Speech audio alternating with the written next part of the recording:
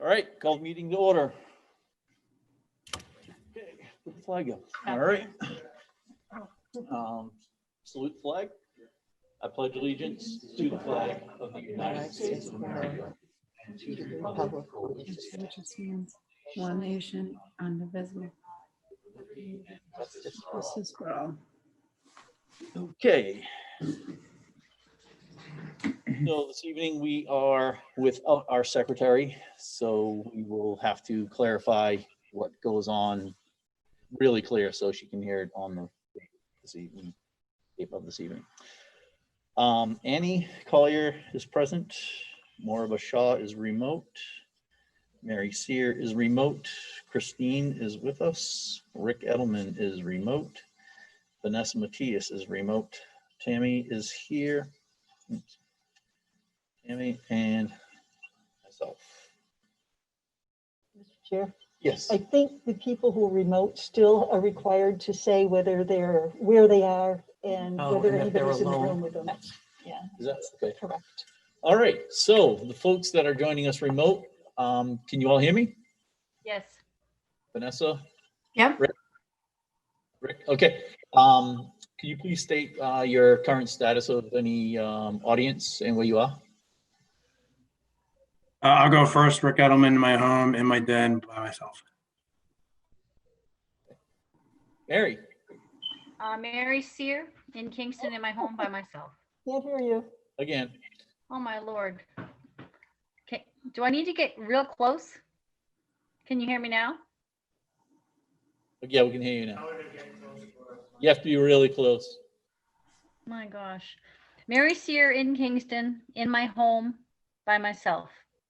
Okay. Vanessa? Vanessa Matias, I am home in my den by myself. All right, thank you very much. We're waiting for Mara to join us remotely, so we'll see her soon. All right, so does anybody have any amendments to the meeting minutes from the 17th of December? I'd like to make a motion Oh, that we approve the minutes of December I have 7th. just one edit. I'll second that. So Annie Collier, Mary has an edit. Mary, go ahead. Thank you. It's just a typo. It's toward the end. It's toward the end of the minutes, and Annie is referred to by Christine as Andy. Just a typo. At the end of the minutes, somebody, That was Annie is changed. referred to as Sandy, I think she said. She said Andy. Andy, Andy. yeah. So you I believe being you made the referred to as- correction, didn't you? It's just a I think so, typo. Yeah, it was a Sounds like typo. I believe Annie Annie. caught it actually. Okay, so was Annie Collier made the motion to approve, I second it. All right, so we'll do a vote. Tammy? Yes. Yes. Aye. Yes. Vanessa? Yes. Rick? Yes. Mary? Yes. Maura, you just joined us. Could you please state your location and the audience if there is anybody with you?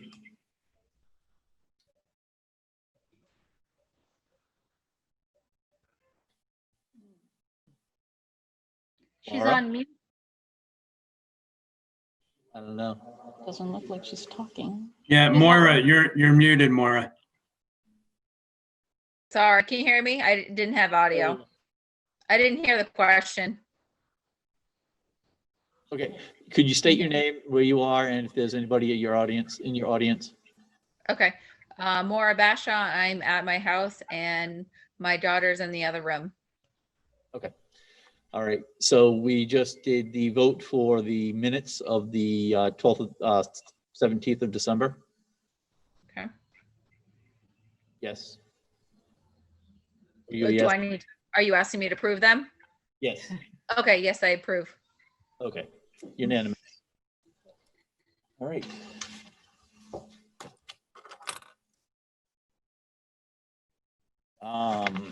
Now the school board report from Tammy.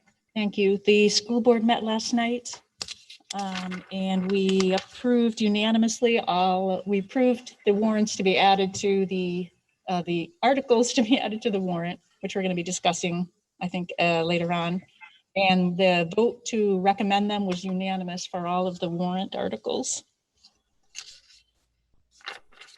That's pretty much what was like budget related items from last night. All set? Yes. Okay, thank you Thank very you. much. All right, now we need to go over some warrant articles with Mr. Angel and vote on them. So I will let him take the floor on the description of the warrant articles, and after he completes each warrant article, I would like to vote on that at that time. All right, so these are the warrant articles that were approved by the school board last night. And what I'm going to do is I'm going to read them. I'm going to skip the first two because the first one deals with the election of school district officers, which there's no section here for the budget committee to approve. And then the second one is also to accept general acceptance of reports.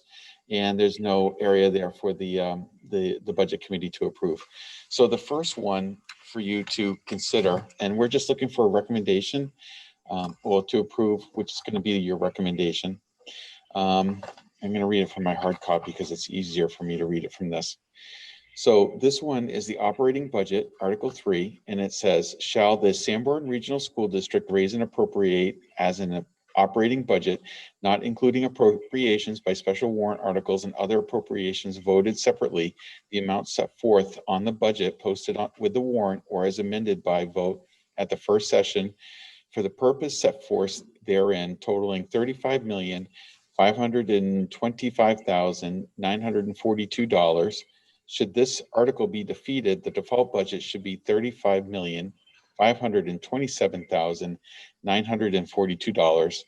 The same as last year with certain adjustments required by previous action of the Sanborn Regional School District or by law, or the governing body may hold one special meeting in accordance with RSA 40:13X and XVI to take up the issue of a revised operating budget only. This warrant article does not include appropriations within any other warrant article. So the estimated tax impact to Kingston is $16.89 per thousand, and Newton is $17.85 per thousand. Last night, the Sanborn Regional School Board voted in favor 6-0. Question.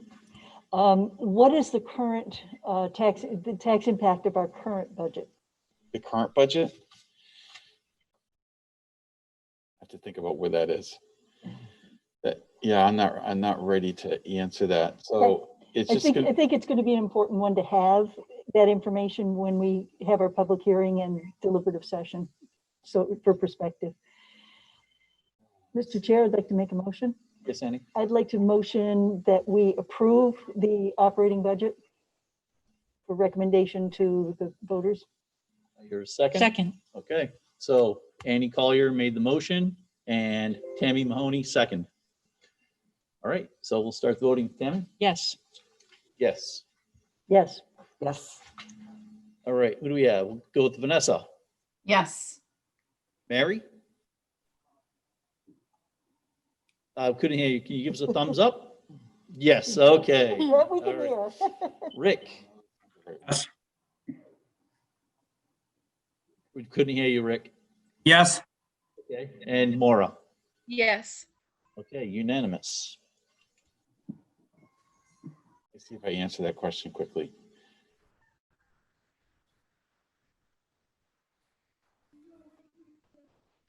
That question. All right. Let me go back to the warrant article. All right. So Article 4. Article 4 is the professional staff collective bargaining agreement. Shall the Sanborn Regional School District approve the cost items included in the collective bargaining agreement for professional staff reached between the school board and the Sanborn Regional Education Association, which calls for the increase in salaries and benefits at the current staffing levels over the amount paid in the prior fiscal year. This is a 3-year contract.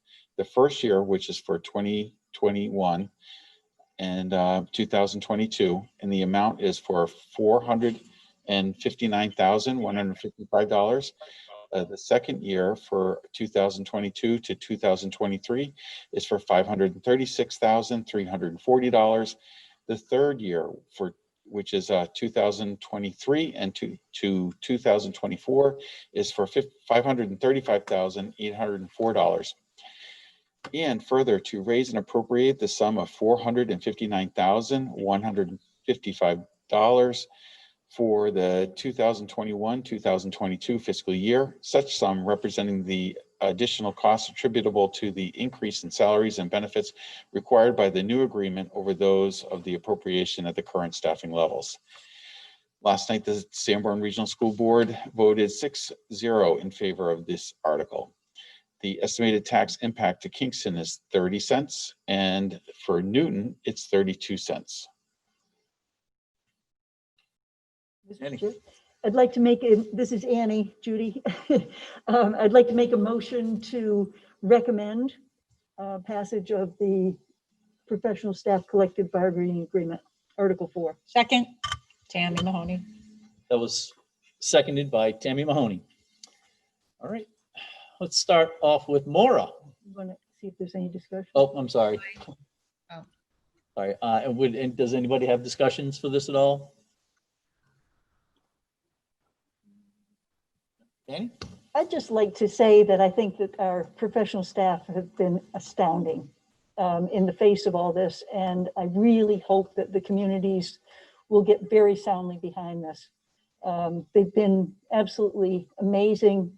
It's been difficult for everybody and they've risen to the huge challenge. So Yes, they have, yes. Yep.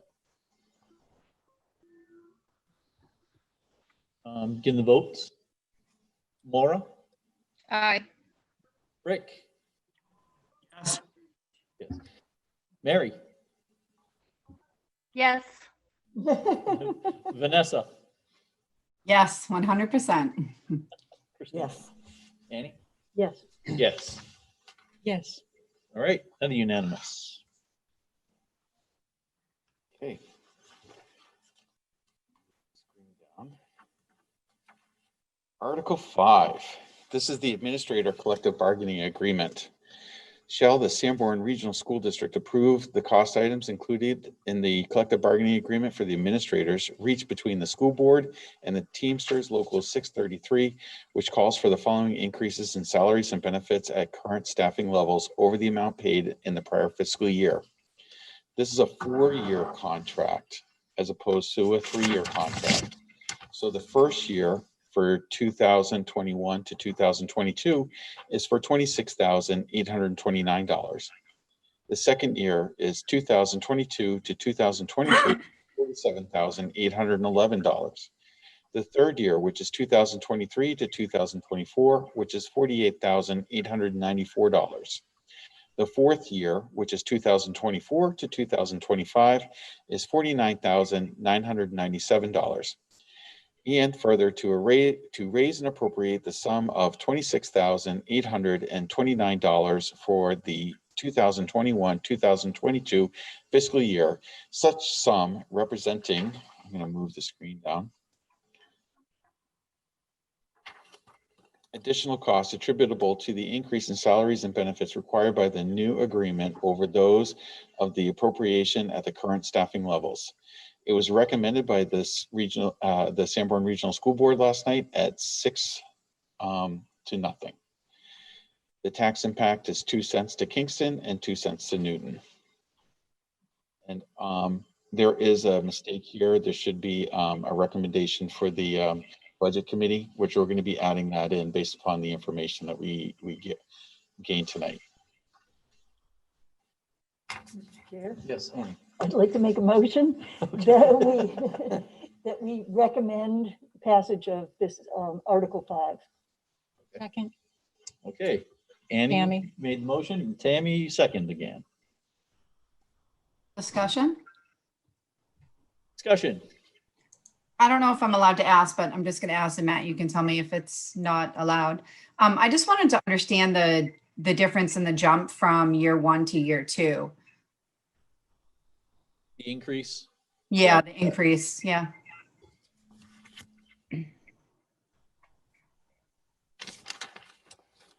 Tom has these things off the top of his head. I believe the first year is 1.5%. And you know what, let me take this offline here. I will speak from my spreadsheet. It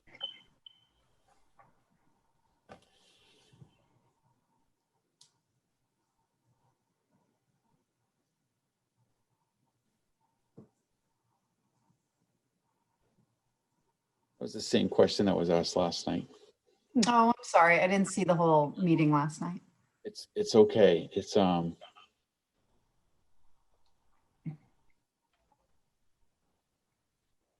I just have to browse out through the network to find the negotiation spreadsheet.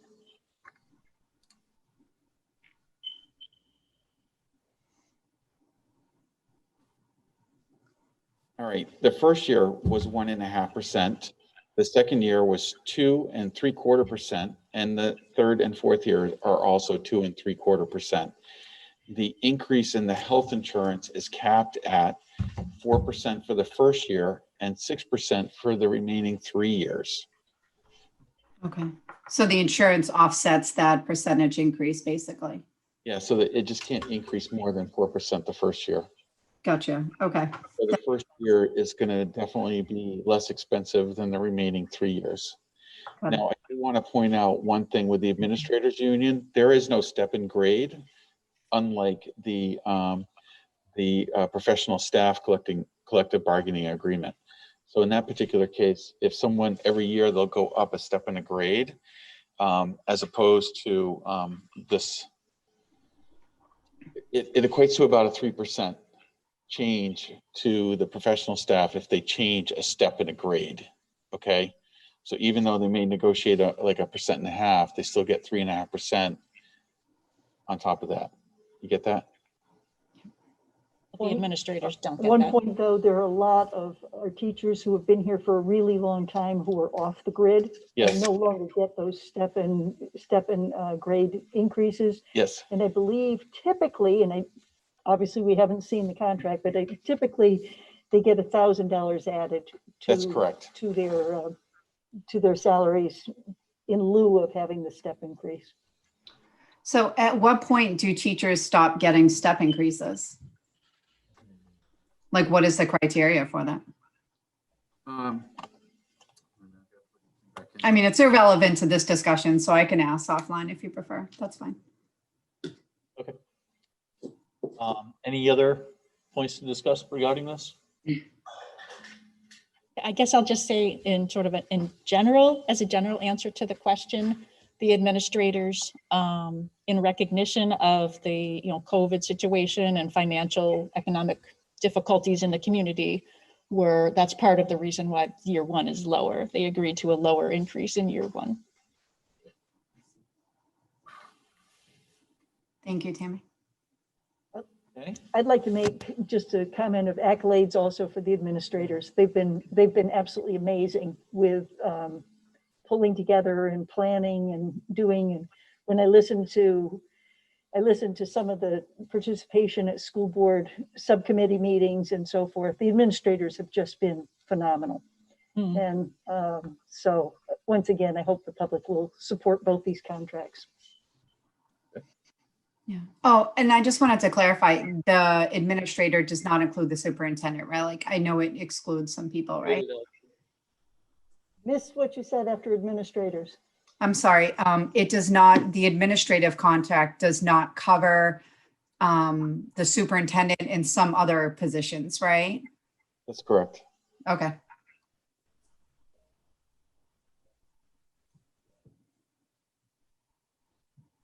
All the Any further question. comments, questions? All the question. All right. Begin the vote. Oh, sorry. We already did the motion on this? Yeah, we did. Okay, yep, we did. I'm sorry. All right. Yes. Yes, yes. Yes. Yes. Maura? Muted. Yes. Rick? Yes. Tammy? I mean, Mary. Mary, I'm sorry. Yes. Vanessa? Yes. All right, another unanimous. All right.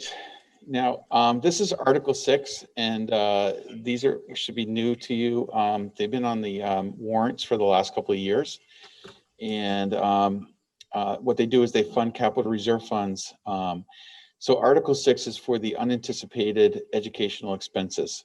And the article says, shall the Sanborn Regional School District vote to raise and appropriate up to $50,000 to be placed in the capital reserve fund unanticipated educational expenses established at the 2019 annual meeting.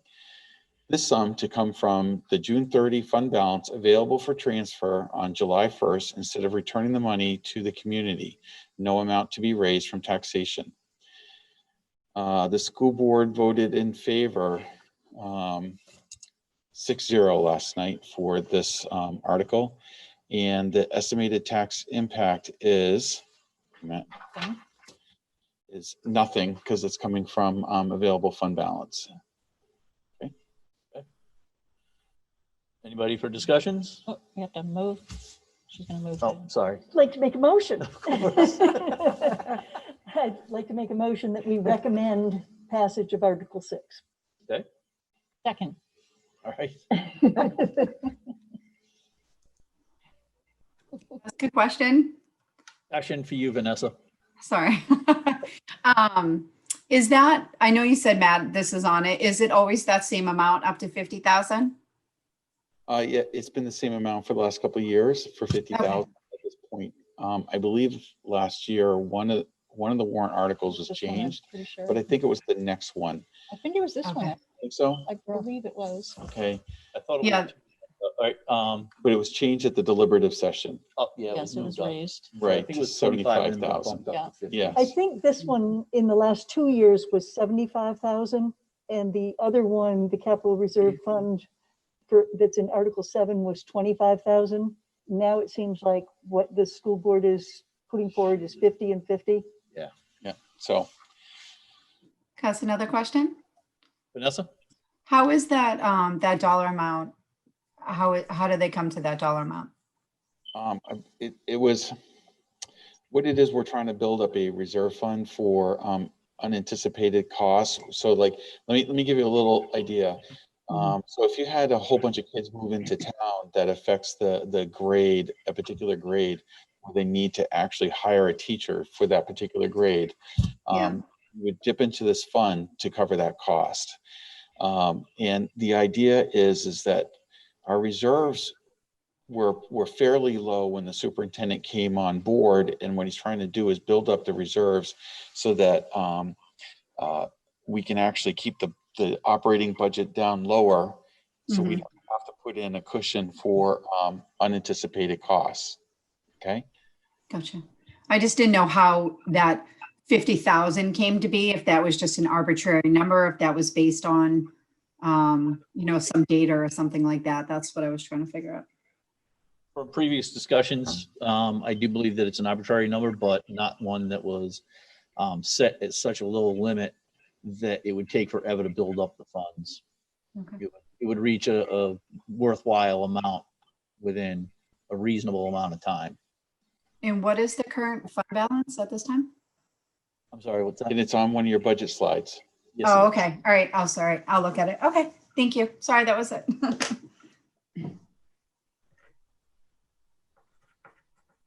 Okay, any further discussion? All right, roll call. Annie? Oh. Aye. Tammy? Yes. Yes. Laura? Yes. Mary? Yes. Vanessa? Yes. Rick? Yes. All right, unanimous. Okay, the last one, which is Article 7. I'm going to read it from this. Okay, shall the Sanborn Regional School District, I'm sorry, this is the capital reserve fund for the capital improvement and maintenance. Shall the Sanborn Regional School District vote to raise and appropriate up to $50,000 to be placed in the capital improvement and maintenance capital reserve fund previously established, the sum to come from June 30 fund balance available to transfer on July 1st instead of returning the money to the community. No amount to be raised from taxation. The school board voted last night 6-0 in favor of the article. And there is no tax impact because it's coming from available funds. Chair. Yes. I'd like to make a motion that the Budget Committee recommend passage of Article 7. I'll second that. Oh, ooh, you got me. Beat me.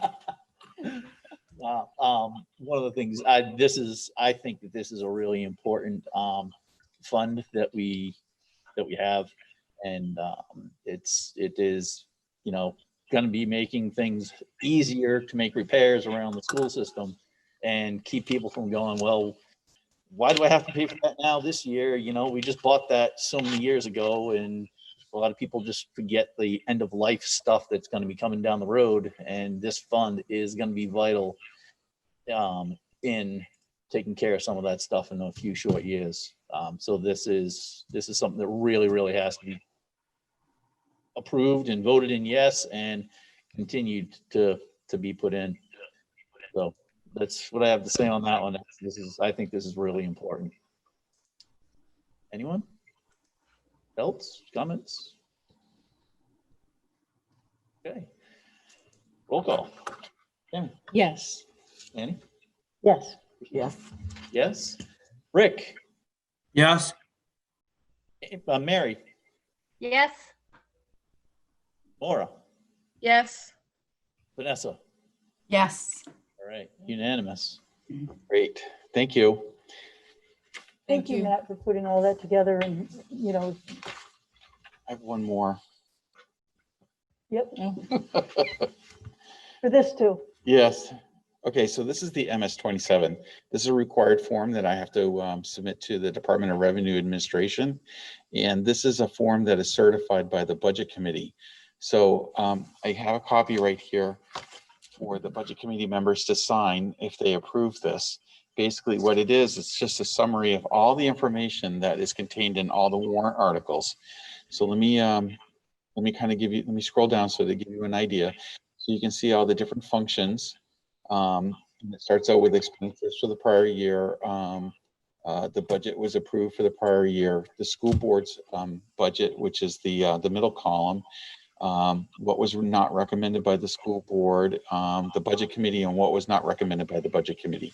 And I think what you'll find in here is that most everything was recommended and you guys added to it as compared to what the school board voted on. So when I go down here,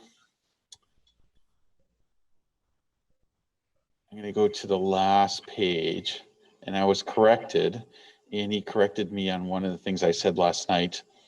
This supplemental schedule right here, this sets the 10% limit, and it's an upper limit. I said it's an upper and lower limit, but it's really an upper limit.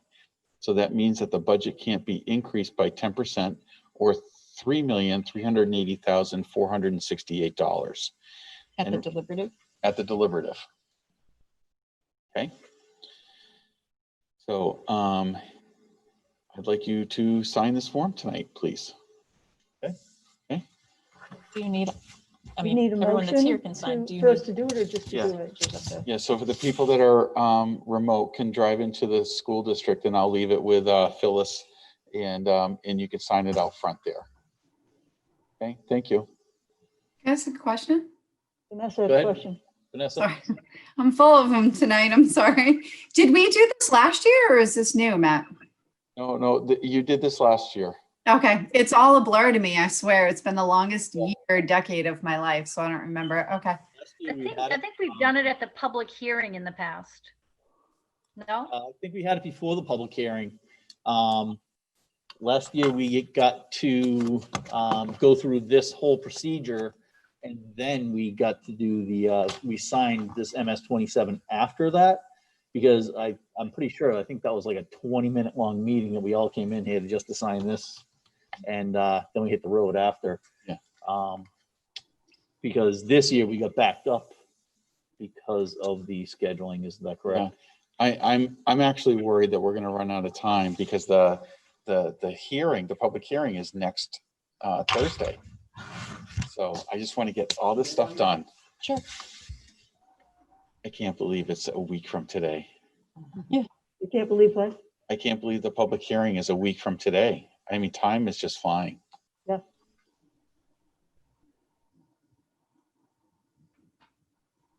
Matt, can you hear me? Yes. I'm sorry, you said the form's going to be available where and when for signature? At the SAU main office. And Phyllis sits out front and she'll have it.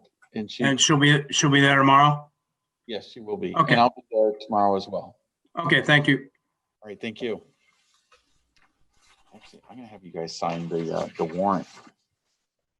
No, I can't have you sign this one. I need to have it reprinted.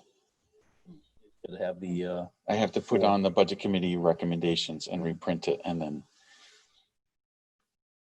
Okay, so I just did a signature instead. You're supposed to print and then signature. I've done that, On that. that's fine. done that, definitely. I think you did it last year. There's no signature, please. Right. So I'm gonna unplug this. I used to be signing my name and then printing, on most forms, Yep. rather than print and then sign. Sir. Keep you with this. Actually, you don't read this. So Matt, are you tired enough? You're gonna let the car drive you home while you Yes. take a nap?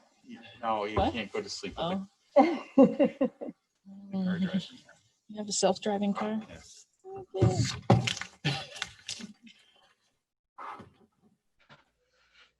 That's right, you have to touch it every once in a while, right? Yes, Yeah, I remember you the have to put your demonstration. hand on the wheel and give it some weight. Hmm. Thank you very much. You guys have any questions of me before I take off? What? Just won't plug into my computer. Oh, I had that problem with my computer last year. There's a different plug that they have.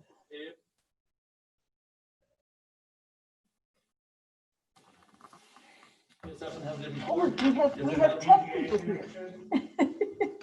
Yeah, it would be. It's good to have an IT department, huh?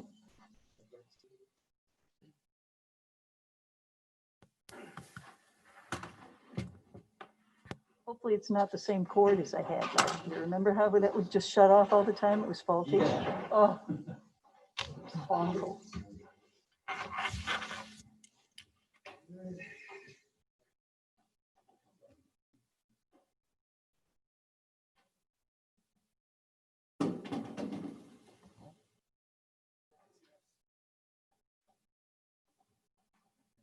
Bye, Matt. Thank you. Right. Thank you. Good night. Drive careful.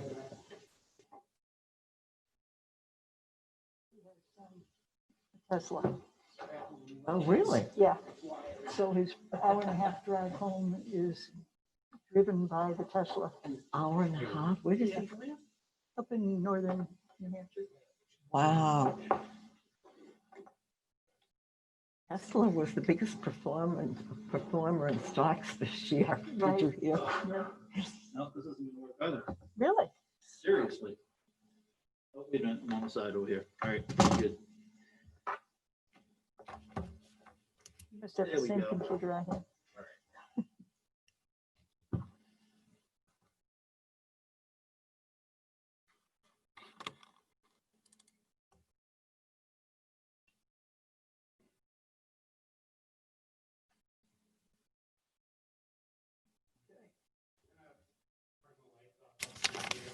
That connection is kind of. Okay.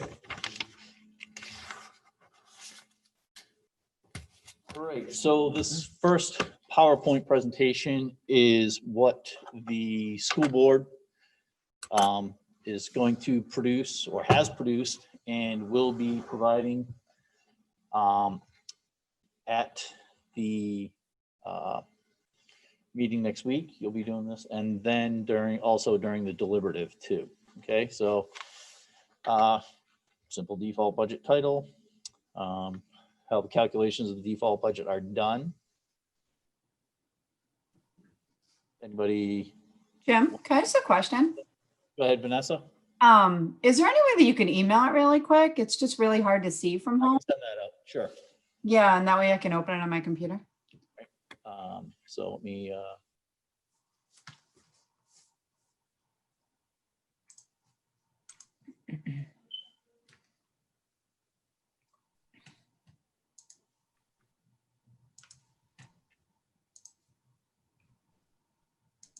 Good call, Vanessa. Thank you. No, thank you. That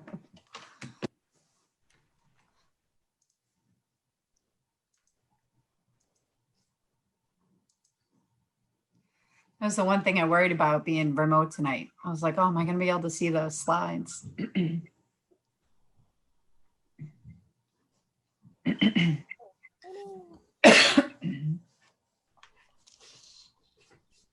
I hope that wasn't your computer, No, it's Okay, good. the, just the connection.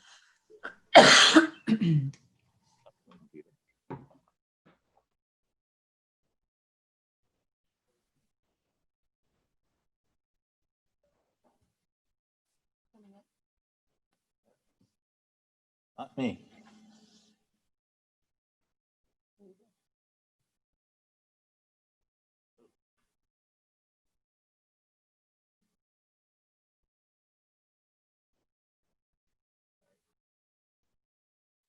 That has now been sent to everybody.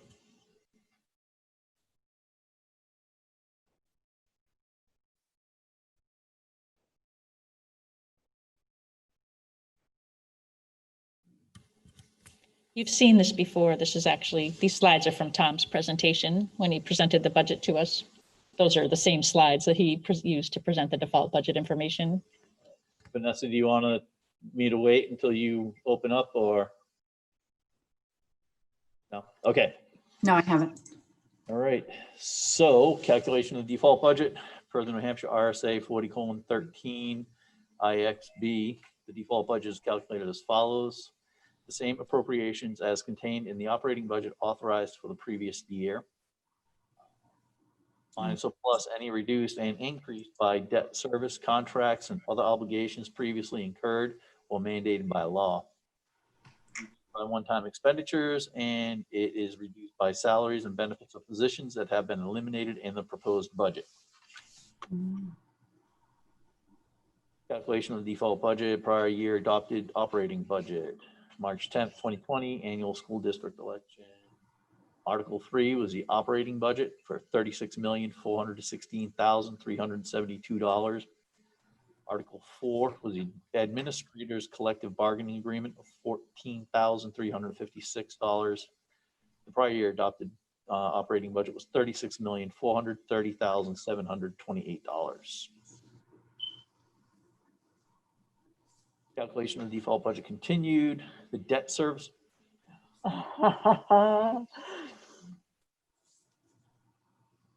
Debt service contracts and other obligations, the description, employment contracts. Coming back up.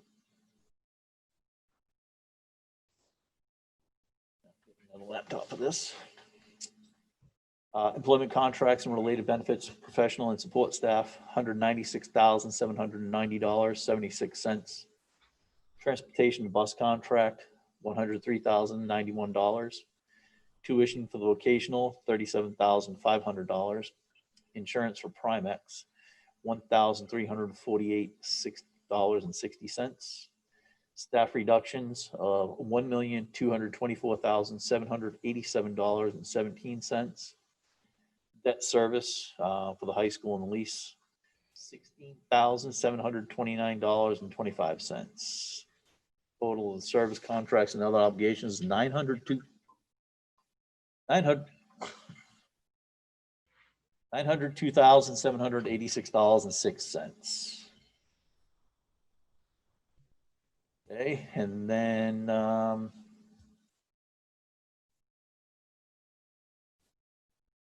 calculations of the default budget continued. Prior year adopted $36,430,728. Less or addition of the debt service contracts and other obligations brings it down to $35,527,941.94. That's where we're at with this. So what we really have to do is figure out where in the presentation this should go, whether it should, and Tammy should come up at that point and, you know, do you want that first? Do you want it kind of in the middle? Oh, yeah. In the past, we've done it kind of after we presented the initial budget and then, so just see, let's decide where it goes. Okay. So what Annie, I don't know if you all heard that are remote. What Annie was suggesting is that tonight we figure out where we want to have this PowerPoint presentation from the school board presented during next Thursday, and during the deliberative. Any preference from either of you that are remote? Vanessa? No, I mean, I was thinking first, but it doesn't matter to me. All right. Mary, you're shaking your head no already. Maura, any preference? Nothing? Okay. Rick? No preference. Okay. How about yourself? Would you like to go first? Sure, if you'd like. Okay. It might, if you want to keep this as a separate PowerPoint and not have to incorporate it, then that is probably the easiest way. We can just run that one, and then you can run yours, or we can run the budget committee's one. That seems logistically good. Okay, so we will have the school board's presentation first, and then the budget time after.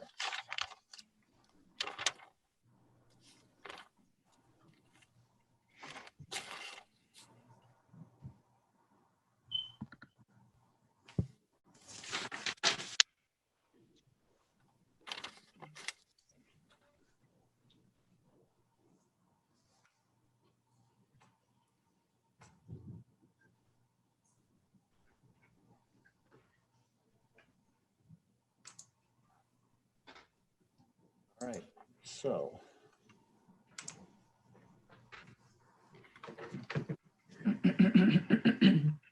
So this is our presentation. I've gone and removed a whole bunch of the coloring out of it and a lot of the text boxes that were just around text. Just to take some of the busyness out of it. I believe I collected everything that we asked for, that we wanted to see changed. And I only have one page that needs some details in it. Jim? We will start off. So just to give you an idea, I'm trying to keep everything all black and white. There's going to be some red in there and such. It's simple. Yeah. I like it very simple and clear. And Jim, I think Vanessa had a question. Sorry. I'm sorry. I just feel so bad screaming. I know I'm being a wicked pain, but is there any way you could email this and attach it? Because I don't think your last email had an attachment, but it would be easier if you could email this and then make sure there's something attached. last email, you talking about the one I just sent now? Yeah. Yeah, that's fine. There was no attachment and that was fine, but I just wanted to make sure if there was a way that you could email this and make sure it's actually attached. For the last presentation, it didn't go through? No, it's okay. The email went through, but there was no attachment. Okay. But it's okay. I'm more interested in this one. Okay. I concur. Well, I will send this. This here was.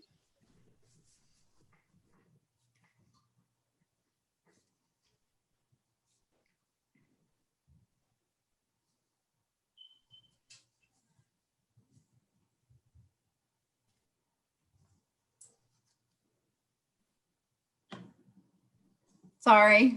I know I'm a pain.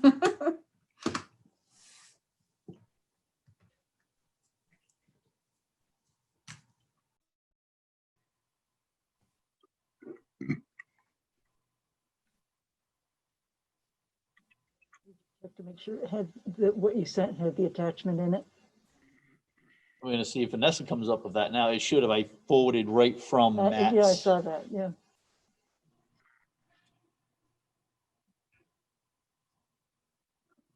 There. That one All right. does. Okay. That one does. Got All it. right. Thank you. This. All right. So Sanborn Regional School District fiscal year 2021 to 2022 budget proposal for RSA 32:1. Purpose of the budget committee is to assist its voters in the prudent appropriation of public funds. And Here is the budget process. School board sets the goals and priorities. The administration recommends budget to the school board. School board and budget committee ask questions. Detailed answers from the administration. School board recommends budget to the budget committee. Budget committee deliberates and recommends budget. And this budget meets the needs for the high quality education, respects the burden on the taxpayers, and we need to pass the staff contracts. And we all agree in this proposed operating budget. The operating budget for the operating budget proposal for the fiscal year 2021 to 2022. The proposed is $35,525,941.94. The difference from the current budget is $904,786.06, which is a decrease of 2.48%. Default budget, $35,527,941.94. It's interesting because the slides have some of that in red, but it's showing as black and white on the screen there. But in your slides, you've got some red, some text is in red. Oh, because it doesn't have the same coloring. Okay. Difference from the current, $906,786.06. Proposed operating budget is $2,000 less than the default. Budget proposal funds quality education. It is important budget needs to consider the coming years. We have a new math curriculum coming in and $117,000. Books for K through 8 in the reading program, $80,000, and more professional development of $50,000. That is the superintendent's recommended budget presentation for 2020. Core beliefs of the foundation for improving quality education at Sanborn. 1 is an aligned curriculum. 2 is an academic intervention. 3 is implementing the best practices of teaching. 4, a culture focused on student achievement for the whole child. This is the superintendent's recommended budget presentation in 2020. So the fiscal year 2020-2021 school board goals, the 3 that were listed here are establish a timeline, plan, and mapping for implementation of math and reading programs. 2, choose a new grade reporting system, including a new report card. 3, create a 5-year core 5-year strategic plan. Overview of the 2020 to 2022 plan for the reconfiguration and intervention.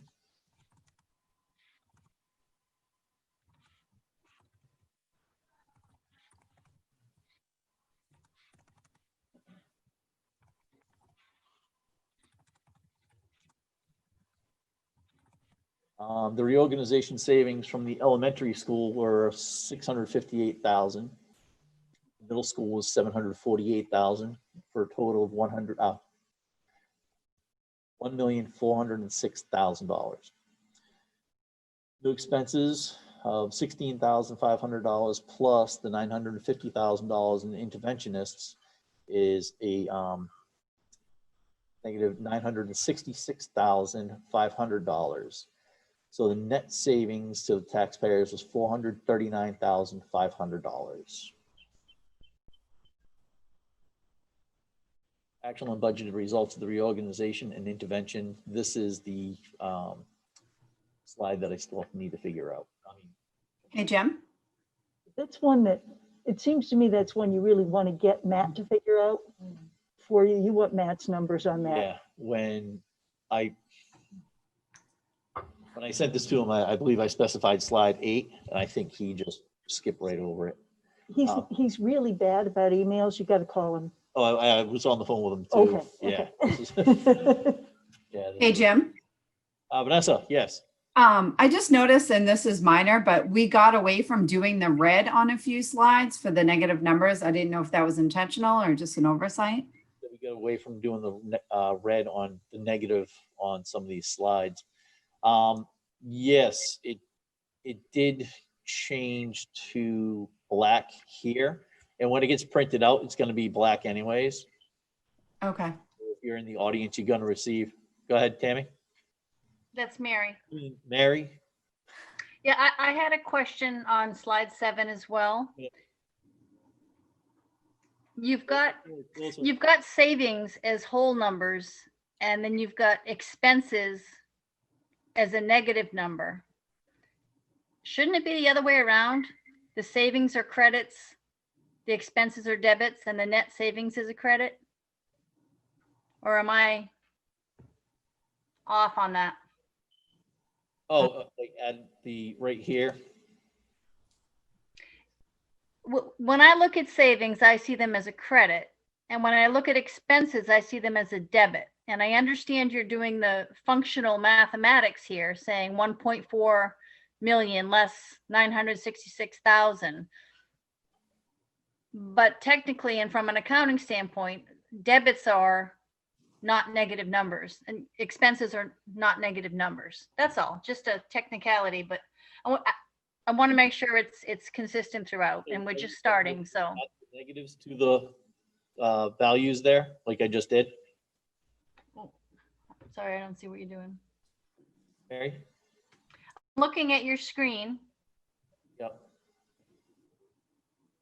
and I don't see that you've changed anything. I can't hear you. I don't see that you've changed anything.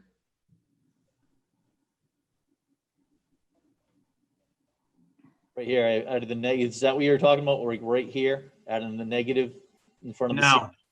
No, I think what Mary's, I don't want to speak for Mary, but I think what she's saying is it should be negative 1.4 million, positive 966, negative 439. That's what she's trying to say. Thank you, Rick. Oh, Welcome. Just from an accounting standpoint, when you have an expense, it's not reflected as a credit, which you've done here is a minus 966. I'm suggesting that the numbers be reversed, that the savings be shown as credits and the expenses be shown as debits. okay. Positive. Well, that was just copied from the superintendents, so.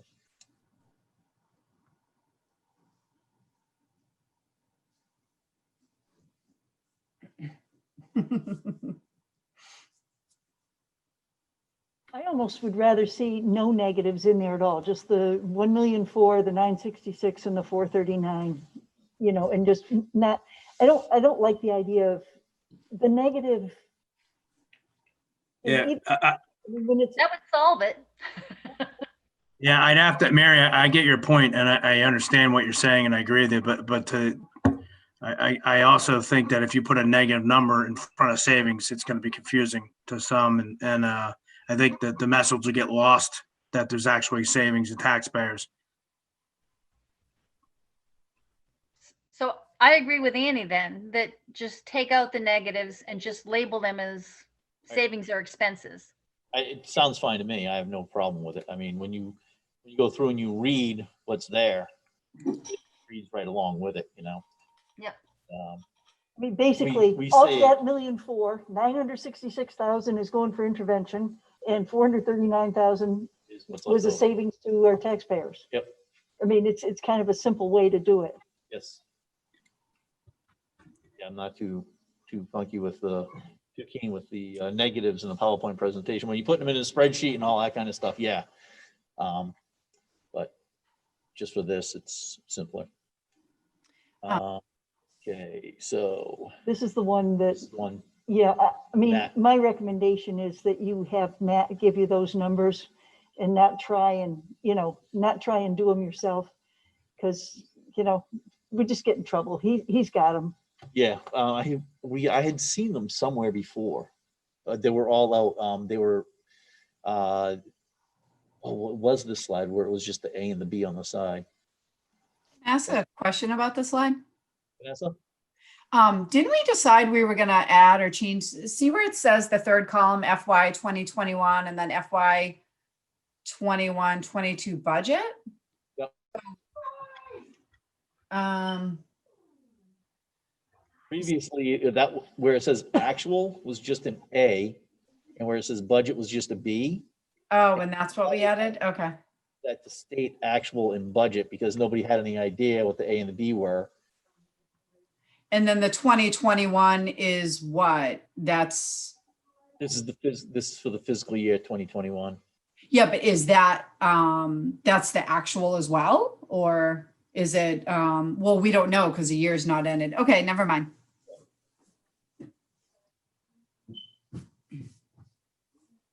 All right.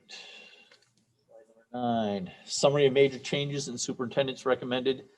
We don't have it up. Nope, Just so you know. sorry, I've got to keep watching the screen over there. All right, there we are. Summary of major changes in the superintendent's recommended 2021 to 2022 operating budget. District accreditation was negative 20,000 or a cost of $20,000. The grounds and facilities fees was $127,000. Health insurance.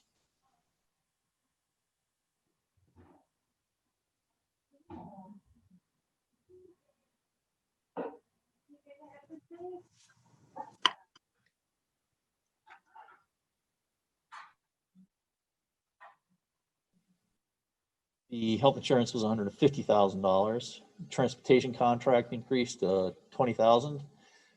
Subtotal of the changes above, $277,000. Summary of major changes continued. Paraprofessionals, $169,343. Part-time speech position, $40,600. Out of district supplies contracted work, $215,500. Special education social worker, $85,000. Special education social worker, $58,600. Total in the special education changes was $317,843. And subtotal at this point is $594,843. Jim? Yes. I think it's going to be important when you're reading those numbers to say paraprofessionals, a reduction of, Okay, and, you know, and then an increase of, okay, all right, you know, for clarity. sure, yeah. And again, we're vacillating back and forth between using red for credits and black for debits and pluses and minuses. So I just think it needs to be consistent throughout. Right. I agree.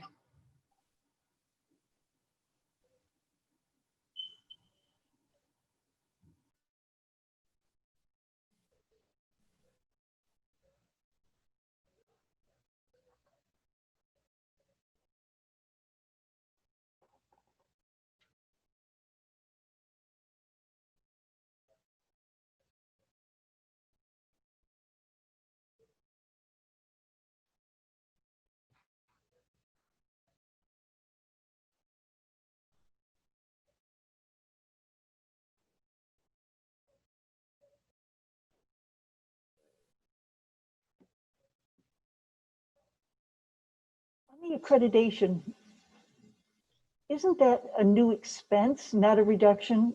That's what I think thought. we ought to check that. That was, Yes, I believe that that's, was I brought think, in this year Yes. for, so I think it's a plus. that's, well, it was an increase. So it's a cost, so it's a negative, right? No, because it's a plus. These were the changes in the operating budget. So the way this is set up, if it's a new cost or an additional cost, it's a plus. If it's a lower cost, it's a minus. Like the paraprofessionals was a lower cost. And that's a minus. Right. So I think this should be a plus for the accreditation. mhm. Yeah, we went over that and asked specifically about the 20,000 during one of these meetings. Can't hear you, Mary. Just, I agree that the 20,000 is a debit, it's an increase.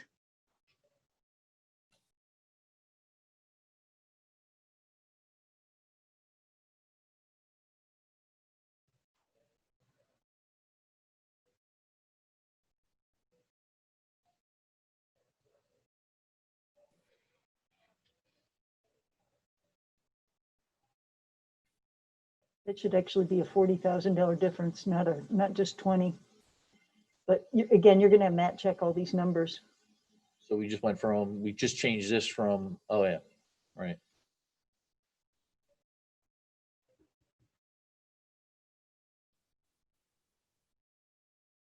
But you're gonna have Matt check all those numbers. You're not gonna, I mean, they're not your numbers, you know? Yep.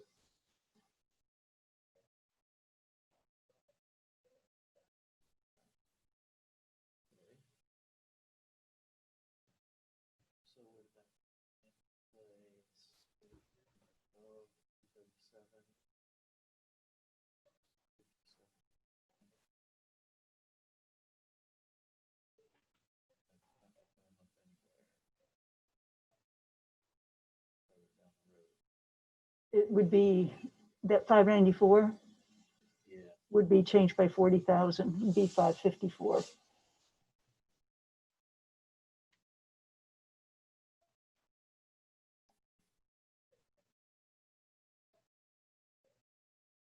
Wonder why that didn't show up earlier. It's a faulty plug. I thought they replaced it. Well, no, I mean the pluses and minuses. What? Shouldn't Matt be doing Well, yeah, and he has to check all Yes, these things yeah. before next week. Yeah. All right. So we went through this page already, right? Yep.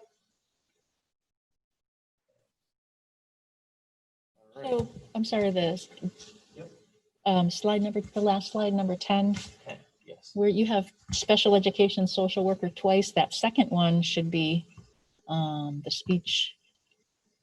That's a speech language assistant. Yep. Is that? The $58,600, that's higher speech language assistant. These are special speech. education. Hmm? You know, where it Special says special education. Not a social education, worker. speech language assistant. Good catch, Tim.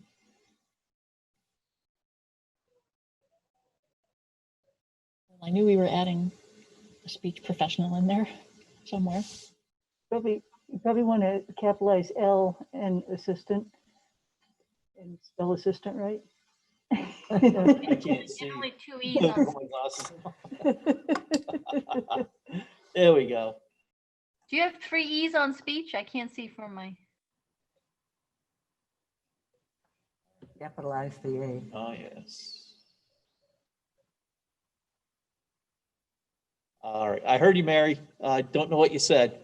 I get it. We're good? Yeah. Okay.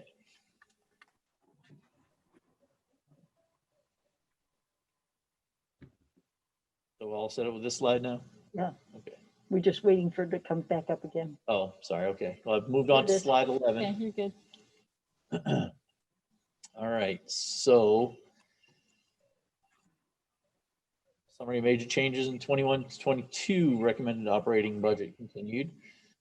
Legal fees are an increase of $20,000. Athletic technical services, an increase of $14,629. Transportation, increase of $81,120.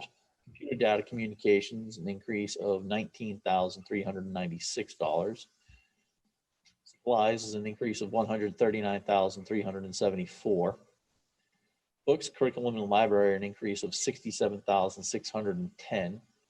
The SAU lease was increased $20,400. Subtotal of miscellaneous changes $362,529, and subtotal of changes listed is 199,313.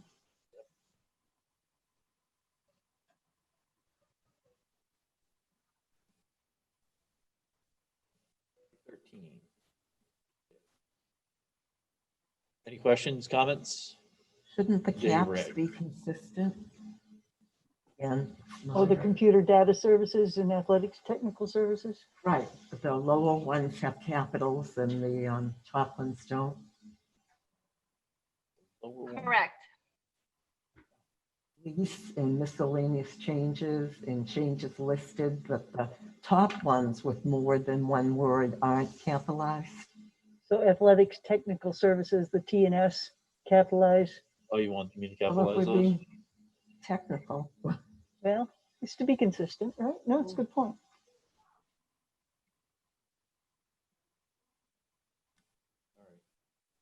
So would you like me to capitalize the T and S for you? Yeah.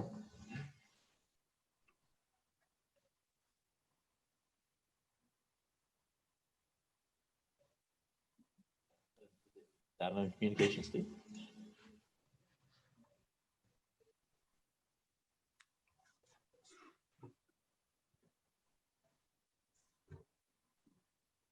Okay, Consistent now.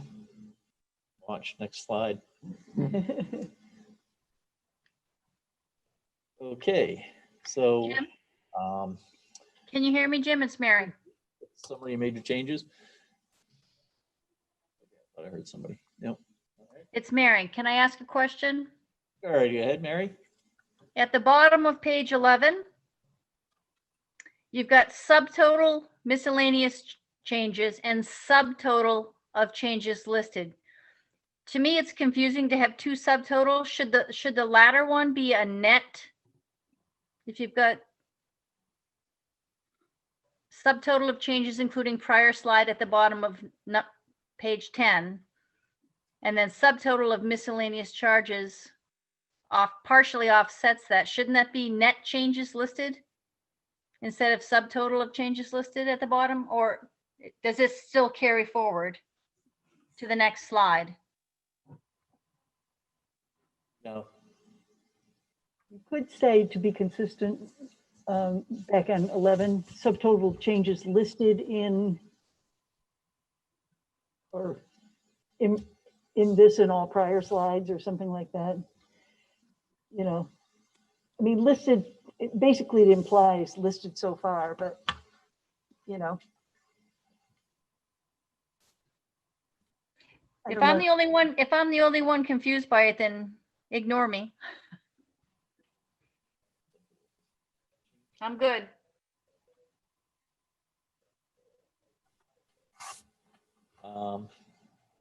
Coming back up.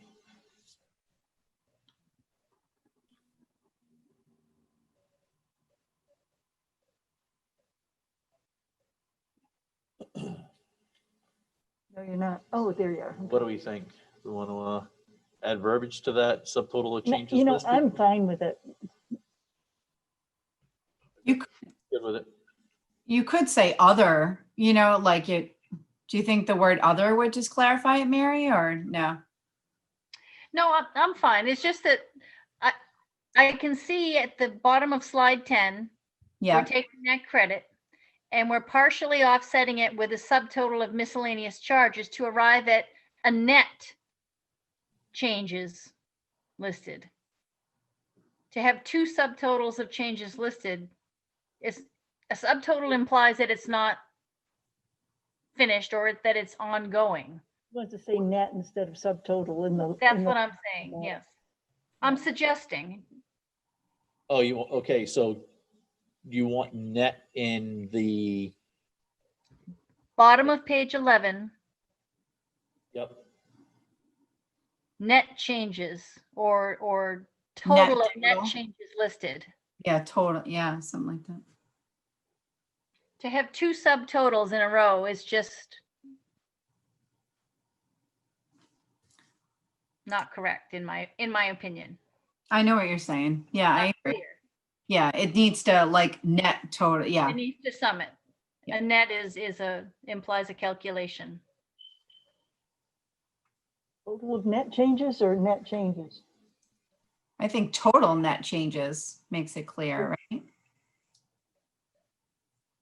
Yeah, total net changes. Take the of out.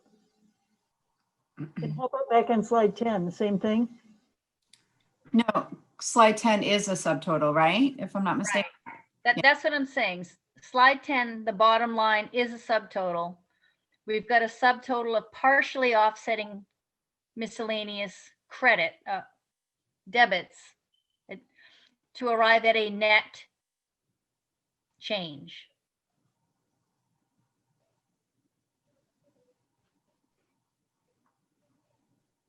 I think net here would be appropriate too instead of subtotal of. No, net is like isn't that number on that slide 11, isn't that the final number, like from all the, Yes. This is the net, yes, net. yeah, so net total means the very end, subtotal is as you progressively go along. Not the final number. It's the number that's final up to that point, but there's still the staff changes. Right, so, Well, that was my question. If it's the end, that's one thing, but if it's ongoing, then subtotal is fine.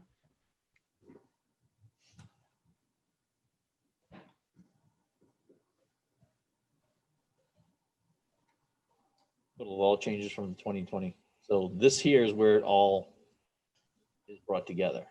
Yeah, All and right. that should say net of all changes. Net, Net changes from 2020. So back on slide 11, do we want to subtotal again? Do we want to change that total net changes listed? Leave it. I'm fine leaving it how it was now that you've explained that we're going to continue on slide 12. And especially when you present it, if you have a dialogue that suggests that this number here will be combined with what we're doing below, and this is going to be our total net changes from last year's operating budget. Okay, Mary, so what you bring it back to its original wording? That's fine by me. That's why I said, if I'm the only one that didn't understand it, forget it. You guys continue on as is. So subtotal of listed.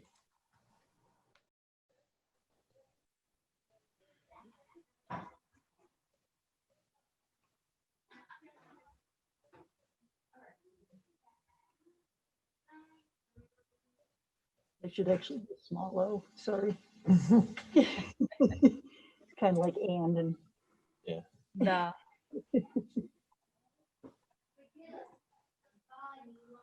sorry about that. So this is continuation, another continuing page. So we have 6.5 high school teaching positions reduced because of an increase in balance in class sizes, or a reduction of $552,500 at the high school level. And then at the middle school level, we are adding 2 middle school teaching positions, and that is decrease in class size per the district policy, and that is an increase of $170,000. We have a reduction in 4 Bakey school teaching positions for a lower, that's driven by a low student enrollment and program changes. And that is a deduction of $340,000. You can go ahead and read it, it's fine. It sometimes goes away on my screen. Yeah, oh. So subtotal of professional staffing changes is a decrease of $772,500. Total of all changes from 2021 to 2020 to 2021, the operating budget is a decrease of $1,443.72. So here, do you want to say total or do you want to say net? Net total of all changes. Seems to me here's where you want the net, if you want it. Well, net is synonymous with total. It just means a sum of all the above. Right. Do you want to, are you good with this, or do you want to see net in there? I don't care. It's,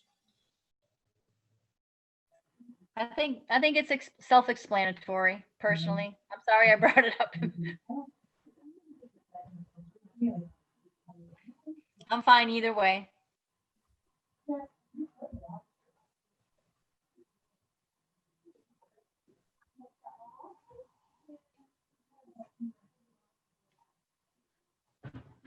all right, it's 12:13. Changes made by the elected officials.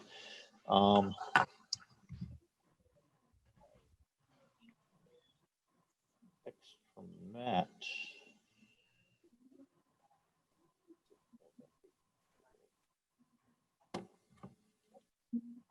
Oh, you know what? The special ed paraprofessionals was put in as something, it wasn't, it was put in as some other more general category by the school board. Do you remember, Tammy? I mean, I'm pretty sure it's been added to the special ed, budget. Added to special ed budget, but in a general way, not as a Yes, general. specific thing. I mean, yes, we So did, yes. just add to special ed. Take out the paraprofessionals.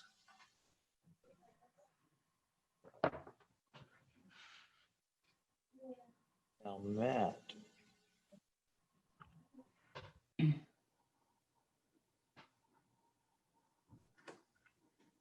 Matt had a concern. He said that the BC can't make the changes but can recommend them, which we know.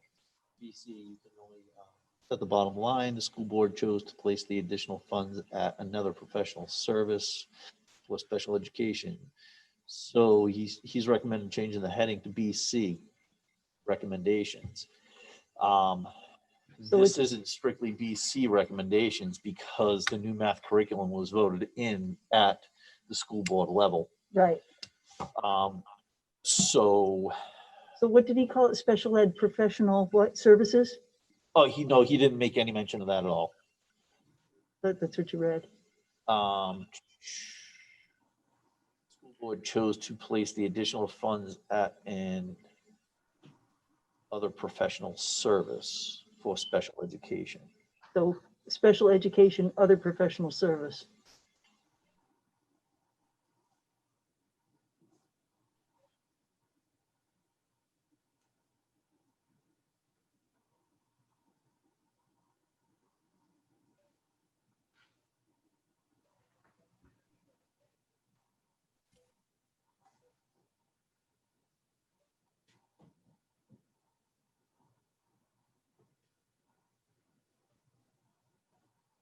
Good.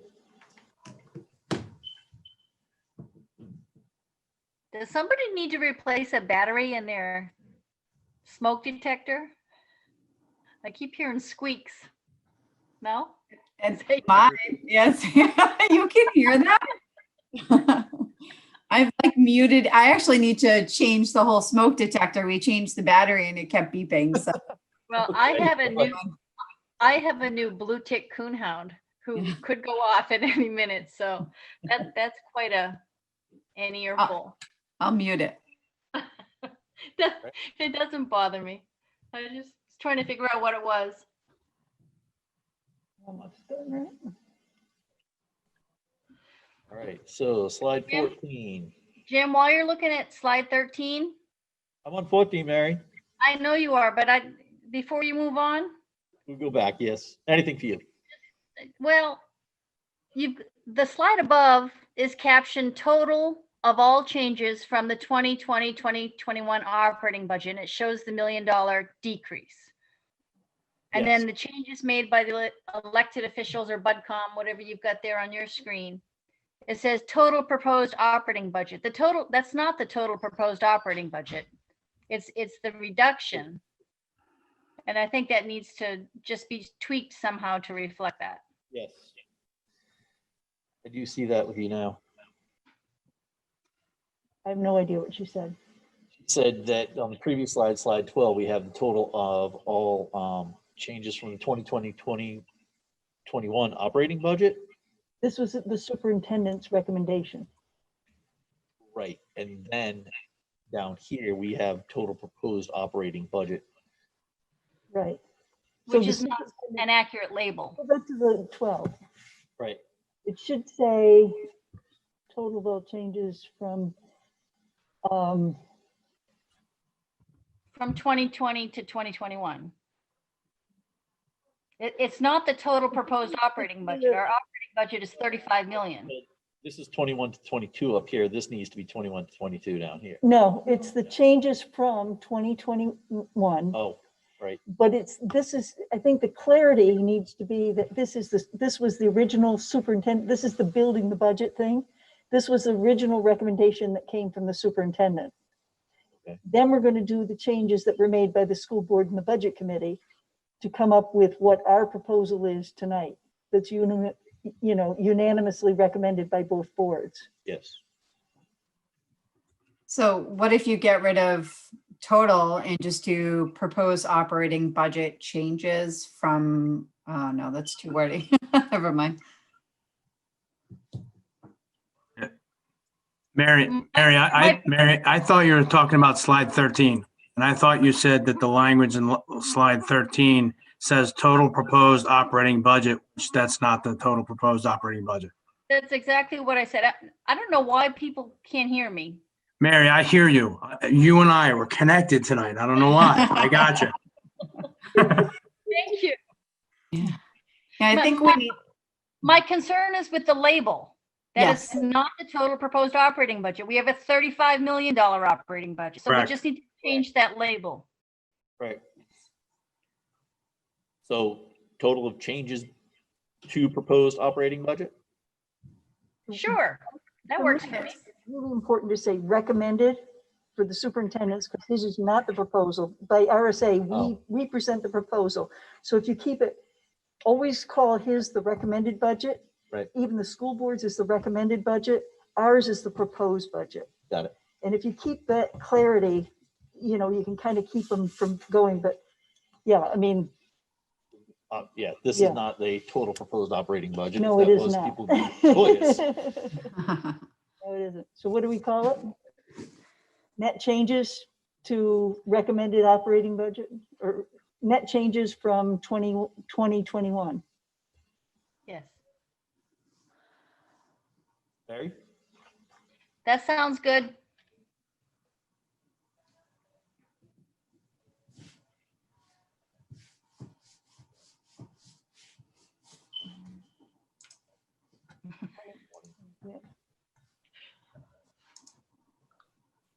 Operating budget. Right, operating budget.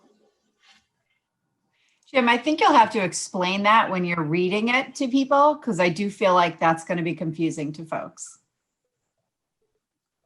So this $904,786.06 is the change that's being made from the recommended budget to our proposed budget. No. No, this is the net change after we put in our 2 cents from this year's budget to next year's proposed budget. Yes. So the superintendent's recommended budget was like $1 million. We made these additional additions back to the proposed budget. And this is the final net difference between 21 and 21, 22. The 95,000 is our changes from the recommended budget. Okay. That's why I said, I think you're going to need to explain it very well so folks can follow along, because I could see how it would get really misconstrued. How about if you say total changes from superintendent's recommended budget? No, because it's not, though. We're not changing. I think what you guys said in terms of typing is okay, although I can't see it, but I just think he needs to explain it very well when he's explaining the slides. Jim, if I could just add something, I mean, you're going to be presenting this, right? So you're going to be flowing from slide to slide. So, I mean, it's an easy transition from slide 12 to 13. You're touching on the $1 million on slide 12, right?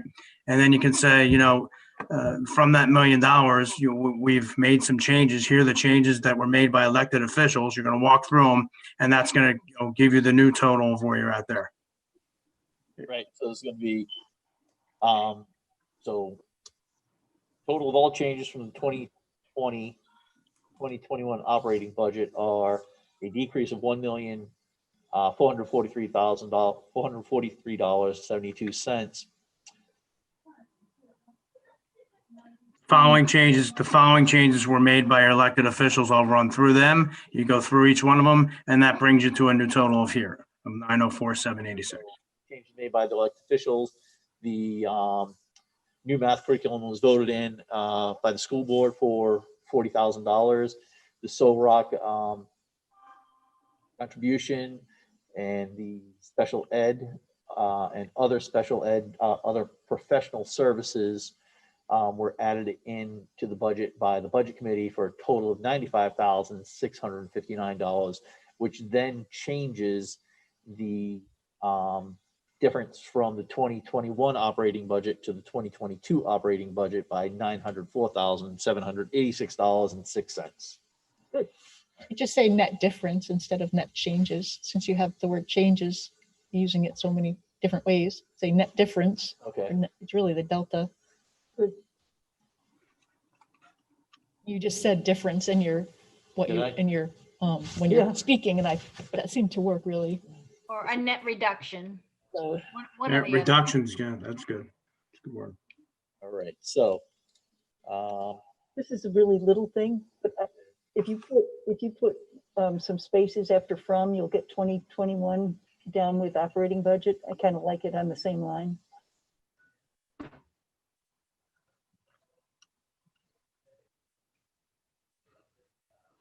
Yeah.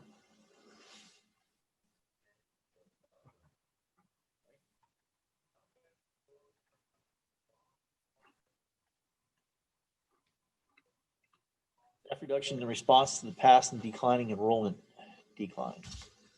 Staff reductions in response to past. All right, so this is the list of the staff reduction in response to the past.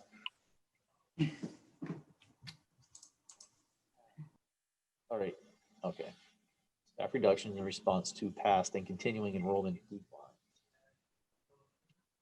So as of, based on an October 1st of enrollment, the teaching positions have decreased per fiscal year 2016 to 2017.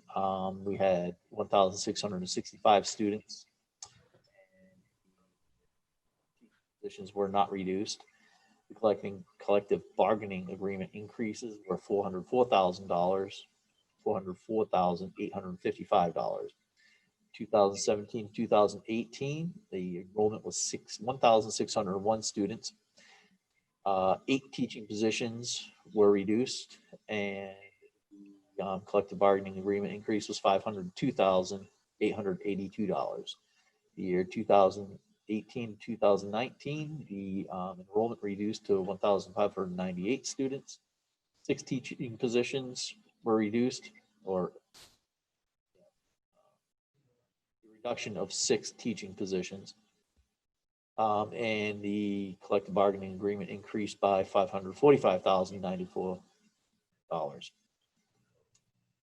2019, 2020, the student enrollment reduced to 1,578, and a reduction in 2 teaching positions. And the collective bargaining agreement increase was $529,794. School year 2020 to 2021, the enrollment decreased to 1,434, and we believe that was based on a COVID-19 issue. We had a reduction in 9 teaching positions, and we increased with 6 teacher interventionists. The collective bargaining agreement increased $508,964. School year 2021 to 2022, the enrollment is 1,550 students. And we have a decrease of 8.5 teaching positions, and collective bargaining agreement increases are term is because that's not going to be. That's what we're going to have on the warrant. That is going to be on the warrant article, which is, I forget what numbers. I think it's 4. I think it's important to say on the 2021, when you're talking about it, that's as budgeted. It's not actually, those interventionists are teaching classrooms. So, it's budgeted for this year. The budget contained a reduction of 9 teaching positions and an increase of 6 teacher interventionists. Yes. Those were hired, Yes. but they're not doing intervention because of COVID. Oh, I see what you're saying. Yeah. So they're fulfilling teacher positions. Staffing needs. Right.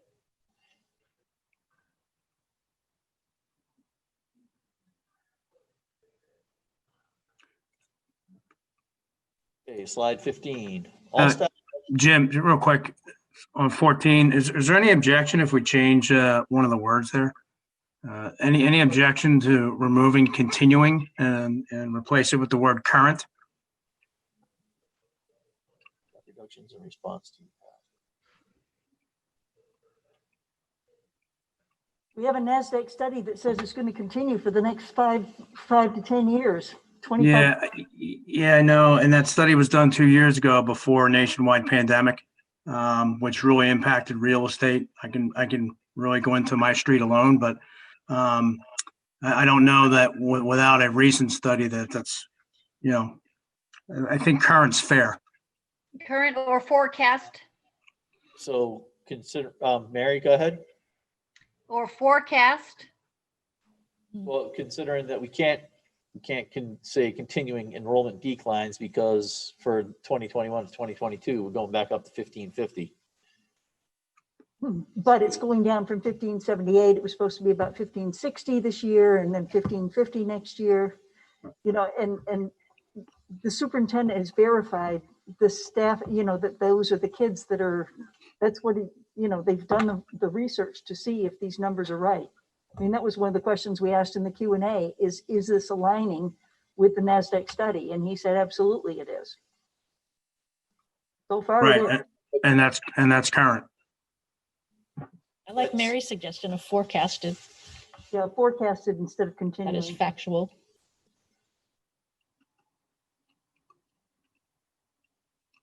And you've got them labeled as declines, but you could call it past and forecast enrollment trends. The fact that they're shown with a negative. Because we do have the increase in 21 to 22. Correct. So maybe call them trends instead of declines.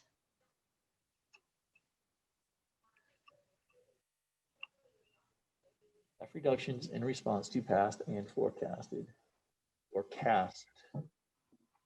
Forecasted or forecast? Forecast. I think forecasted. I think forecasted. I'm out. I'll have a 12th grader go over the grammar for me. All right. Staff reductions in response to the past and forecasted enrollment trends. All right. Everybody good with slide 14? All right. Okay, so all staff reductions since 2017 have been handled through attrition.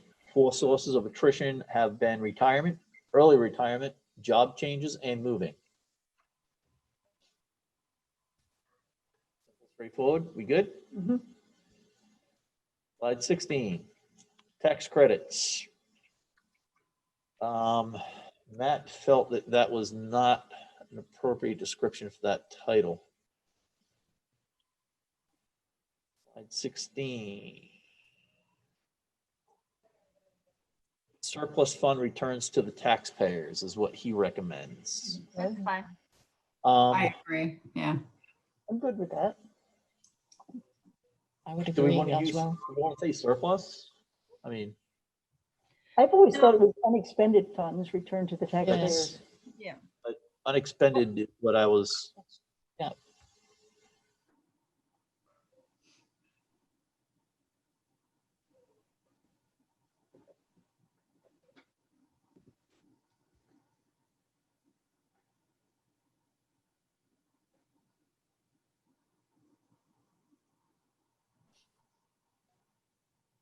Whoa.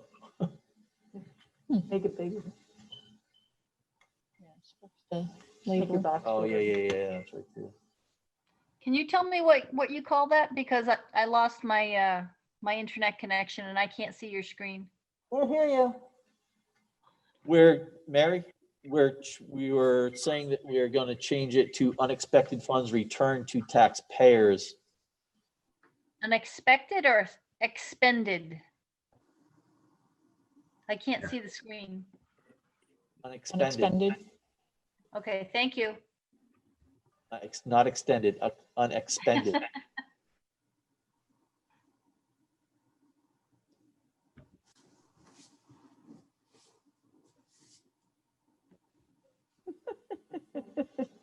I think it's all one word, taxpayers. Is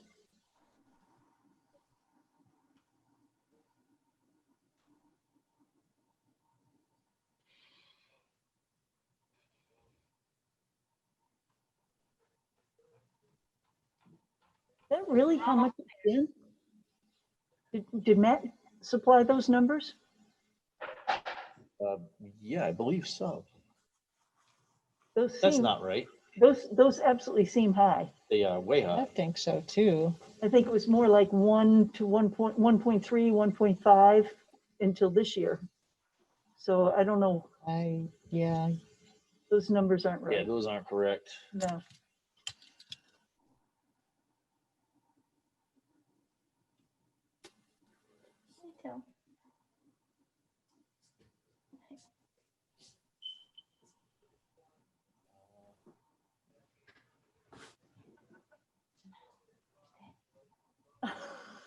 Didn't like that, huh?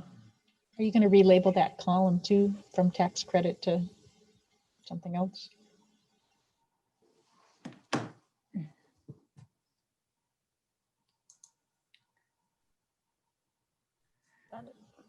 Can I make a recommendation added to the budget to fix whatever is wrong with this screen, whatever it's called?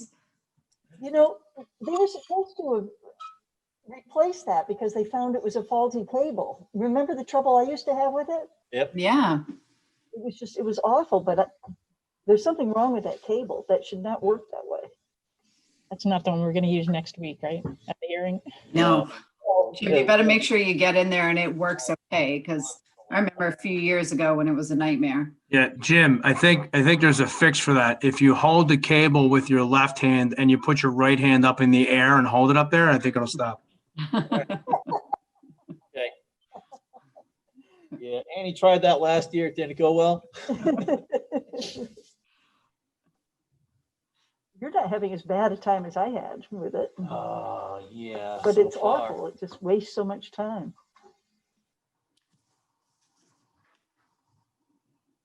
Zip tie it to the table. All right, so.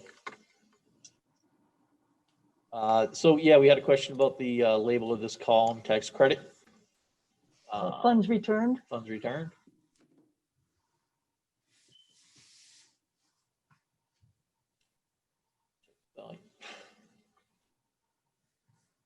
You got it. All right.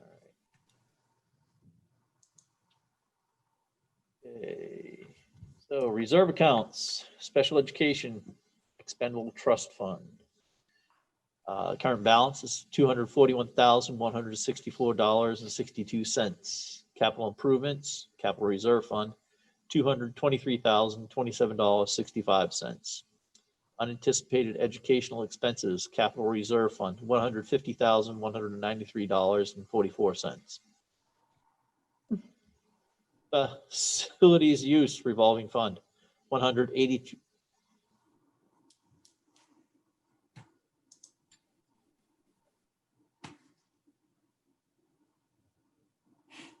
Those are the balances as of 11/30.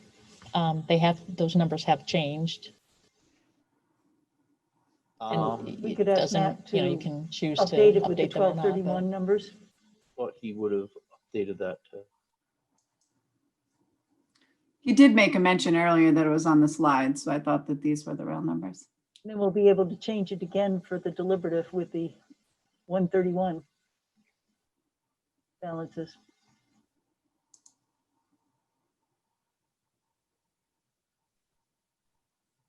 So should we leave them blank so we know that they have to be filled in with the most recent?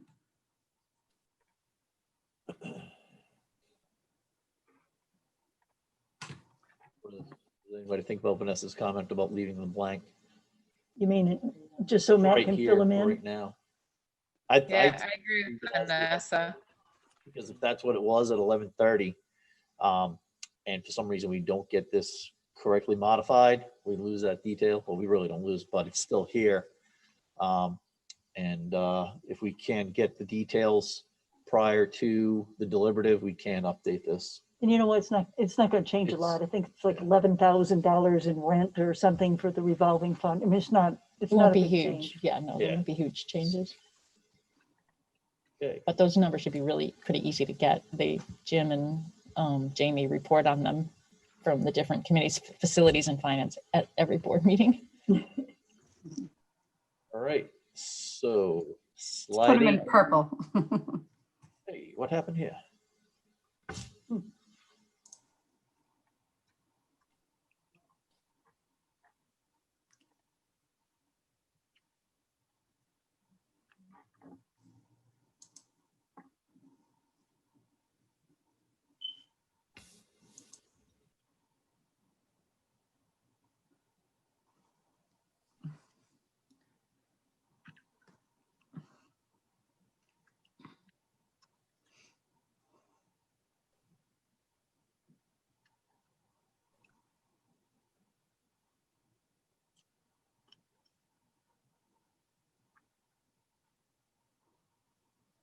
There you go.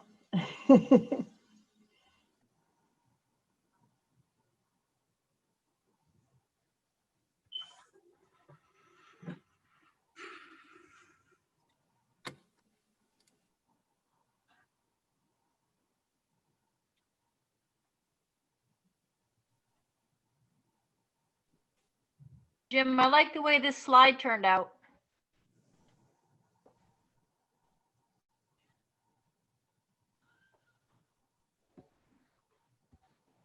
Thank you.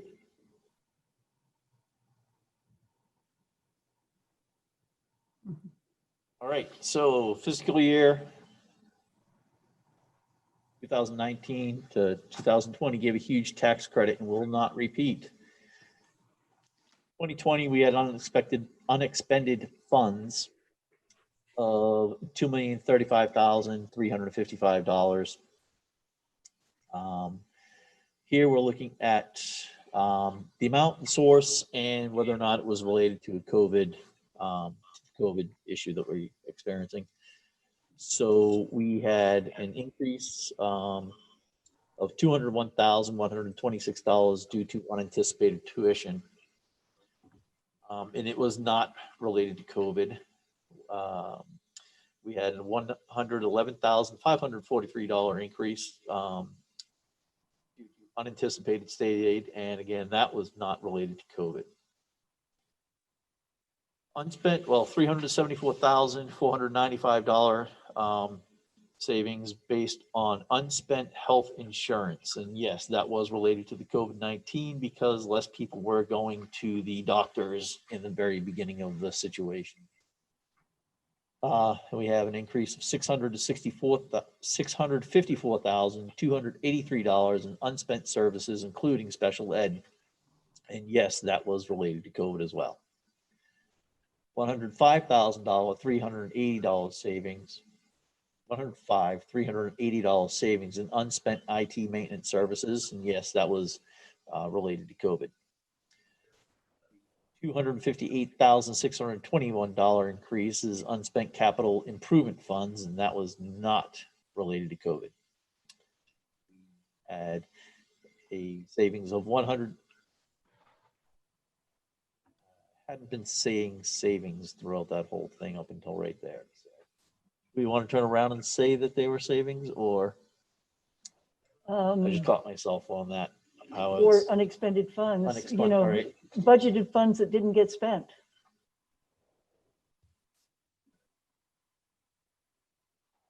I mean, that's what you're So yeah, it's talking just about. unexpended funds. I had said that earlier. Okay. Yeah. So, $168,291 was unspent transportation services, and yes, that was COVID related. $157,549 unspent instructional supplies. Yes, that was COVID related. $111,450 in unspent energy needs. Yes, that was COVID related.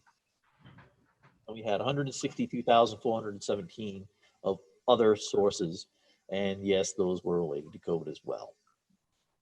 I think it's important to say that they're partially related to COVID because it's not been able to be defined, but you know, we did have a reduction in the proposed budget in supplies because, you know, there are fewer students and we don't need as many supplies. So the budgeted amount actually went down. So some of it's COVID and some of it's not.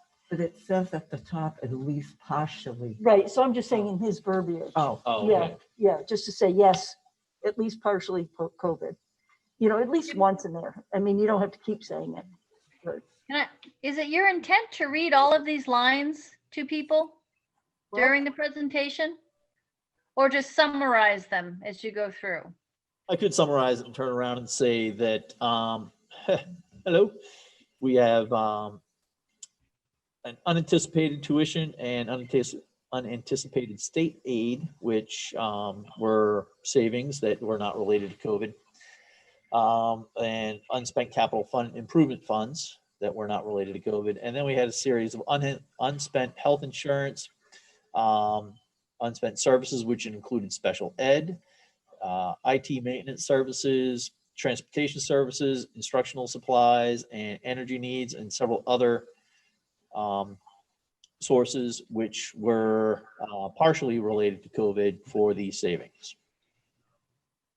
I like that. I really hate having all those numbers, kind of $201,126. I mean, it's kind of there in front of them. It's just, Yeah. you know, I hate delivering that. I would, you know, I'd rather keep it kind of big picture like you just described. Okay, good with that. Yeah, I mean, Yeah, that was the point of my question. People kind of get lost in the weeds, and when you start, Mary, what was that? I said that was the point of my question. I think Got it. people get lost in the weeds when you start to just read them line by line. If there's a way to capture it and summarize it and give people pause to be able to look at the chart and the data, I think it would fare better. Yep. So that gets back to that 30-second rule there that I was talking about before, where you sit there and talk about a slide and 30 seconds later, everybody's drifting off. So Yeah. totally agree with that. And I'm- The same thing with cool all with those that. other numbers that are in all the other slides. I think if you keep it kind of big picture, if it's $495,326.24, just say 395,000. You know, I think, you know, I don't think you really need to read it for people to that extent. Got it. They'll have a handout, correct? Most people at home or Yeah, at, it'll be in the handout. Yeah. yeah. And I agree. I mean, I don't want to sit there and listen to myself say it, but I'll read through it. Whatever's here, I'll read through it until somebody says what you just did. Say, hey, let's summarize this and not bore everybody. I'm cool with that.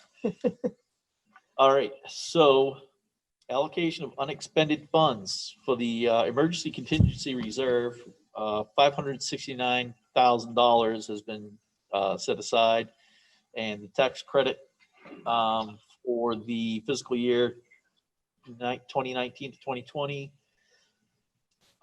is $2,874,000.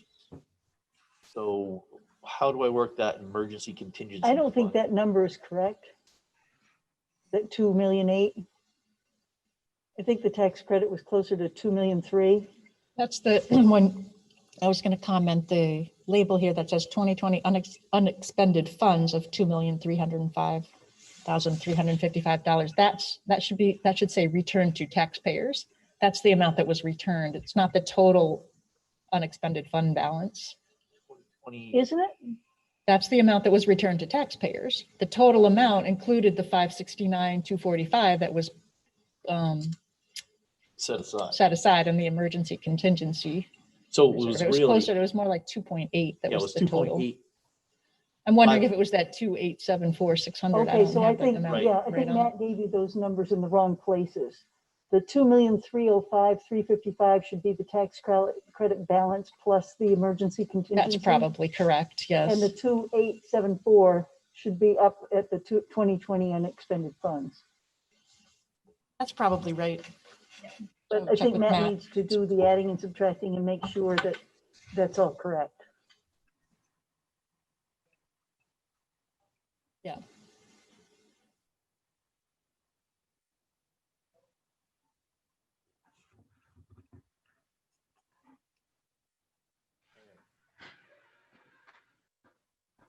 So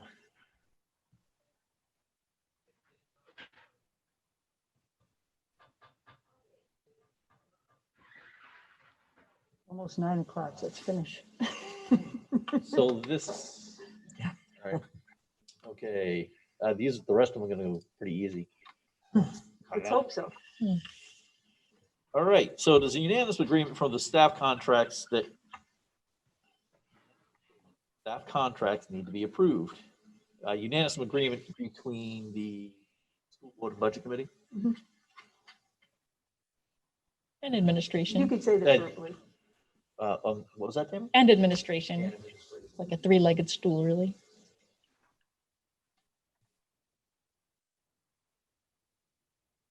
All right, so staff contracts need to be approved. History of failures, costs, the history of failures has a cost to the district in replacing teachers between $10,000 and $15,000 in diverted resources. There's a impact on student learning and impact on staff morale. Can I just make a suggestion?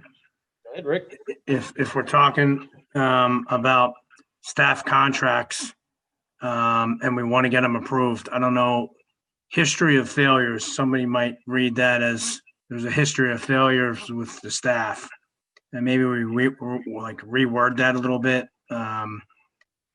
History of contracts not passing, or just the word failure with staff, negative connotation, that's all. Contracts need to be approved. How about, I mean, what are we saying there's a history of failure of? I was gonna say, so what are we saying failed? Yeah. There are 4 staff contract proposals that failed since 2009. That's perfect then. Then that's what I would say.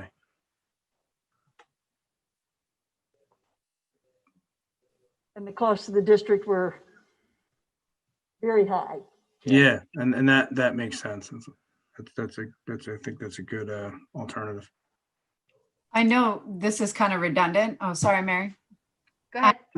I just wanted to, we always emphasize that whenever staff contracts don't pass, teachers don't receive their steps. I feel like that's an important criteria to put in there as to why we need them to pass, but I may be alone there.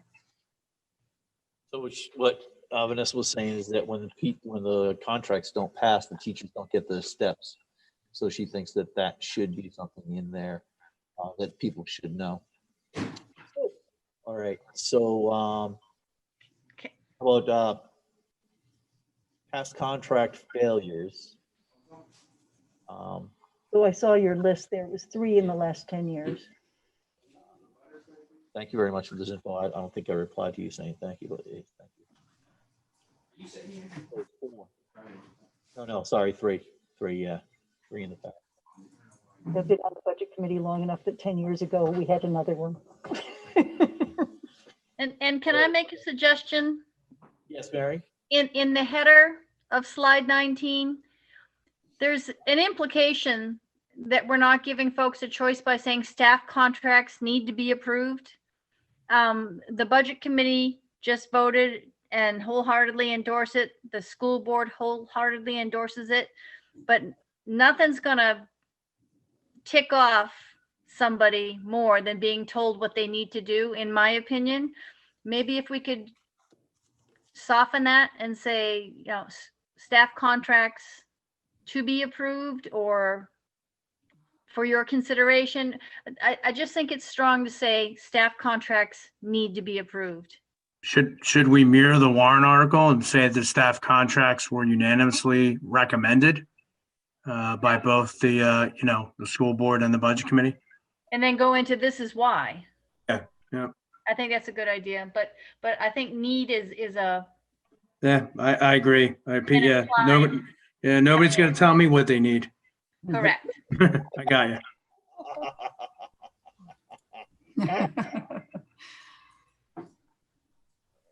So what do we want? We want to do staff contracts. Unanimously recommended. Staff contract approval unanimously recommended. Is that good? Yeah, by budget committee and school board. The budget committee and school board.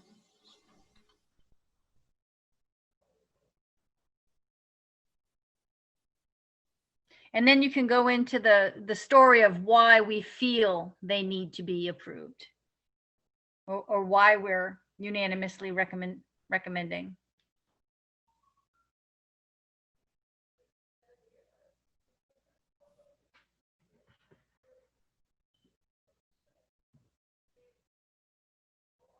To put budget down with.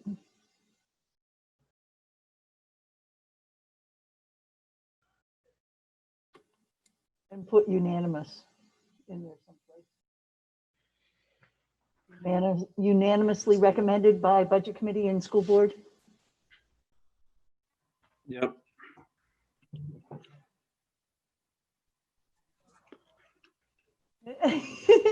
And then,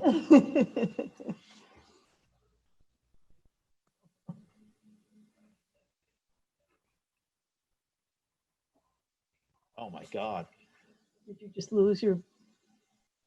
just spelling issues.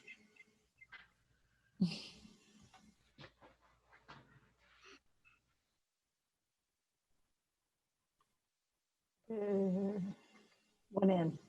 You get two N's in there. Okay. Whew.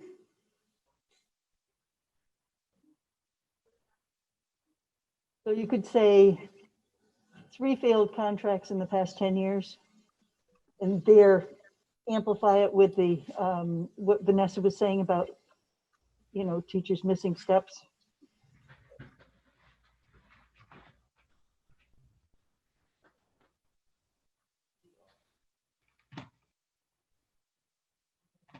Contracts in past 10 years.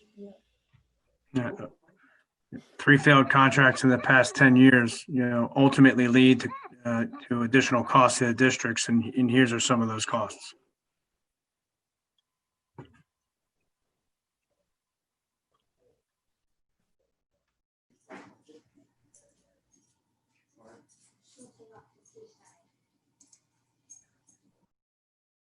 Add additional.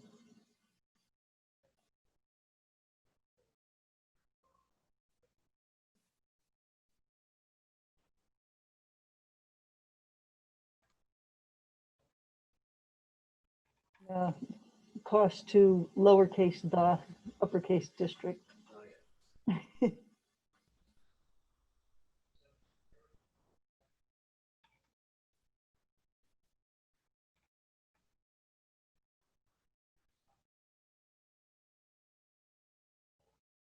Failed contracts in past 10 years, additional. And do you want to add to that list the Costs. lost steps? Is that what you think, Vanessa, to put it in there? I can't see, I'm sorry. I can't see it, but so what are you asking, Mary? Annie, right after? And I was saying, do you want to add just missteps or, lost step increases? Yeah, lost step increases for teachers. So put that one first. It's not like a cost to the district, but it's important to note. It's part of the impact on morale and why we have to get new teachers. Yeah.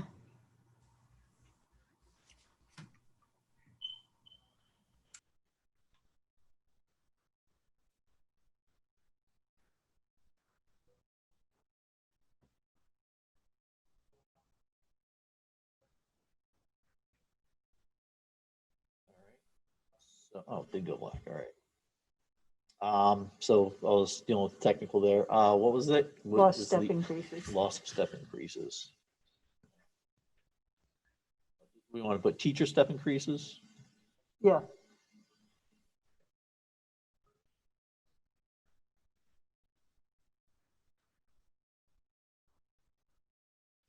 Okay. So 3 failed contracts in the past years, add to additional costs, add additional. How about just add costs? True, because we're not, right. 3 failed contracts in the past.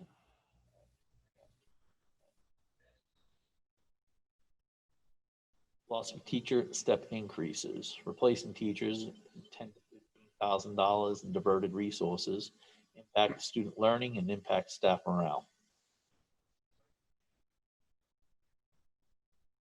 Hang in there, guys.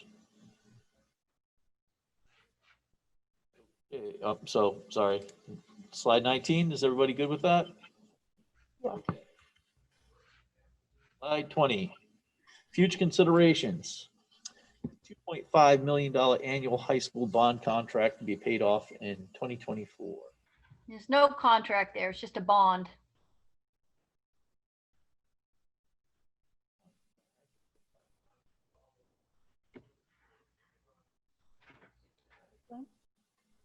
Did you hear that?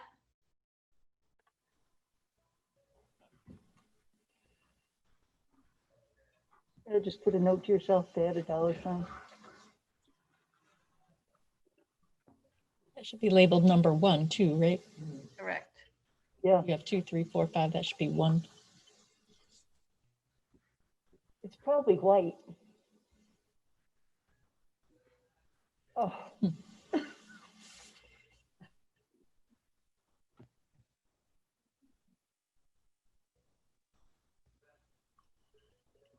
Jim, will you send a help ticket to IT that they really need to replace this stupid cord? And it's just a bond. It's not a bond contract. La, la, la, la. All right, so Yeah. No contract. gotta correct this slide. Slide 20.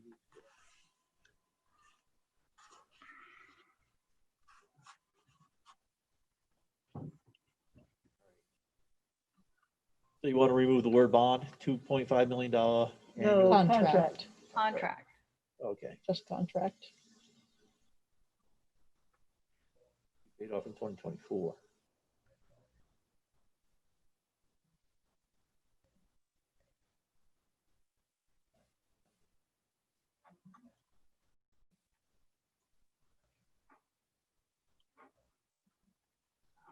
Not reflecting budget until fiscal year 2025, 2026. We have an aging infrastructure.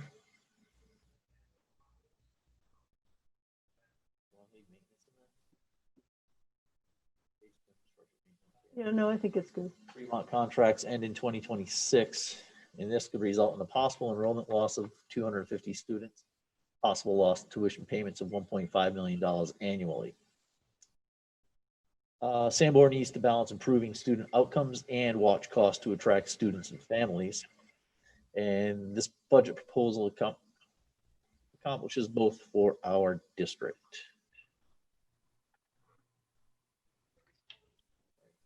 Doesn't seem right to have that labeled as number 5 because it's not really a Well, future consideration. It's more of a summary statement, seems to me. That number Yeah, 5 yeah, there. take the 5 out, right? And on number 4, I think it's important where we're possibly in jeopardy of losing our contract with Fremont to say that not only to attract, but also to retain students and families. Attract and retain, is that what you said? Yes. Well, she said not only to attract, but retain. Sanborn needs to balance improving student outcomes and watch costs to attract students. Attract and retain. And retain. Attract and retain. Retain. That's good.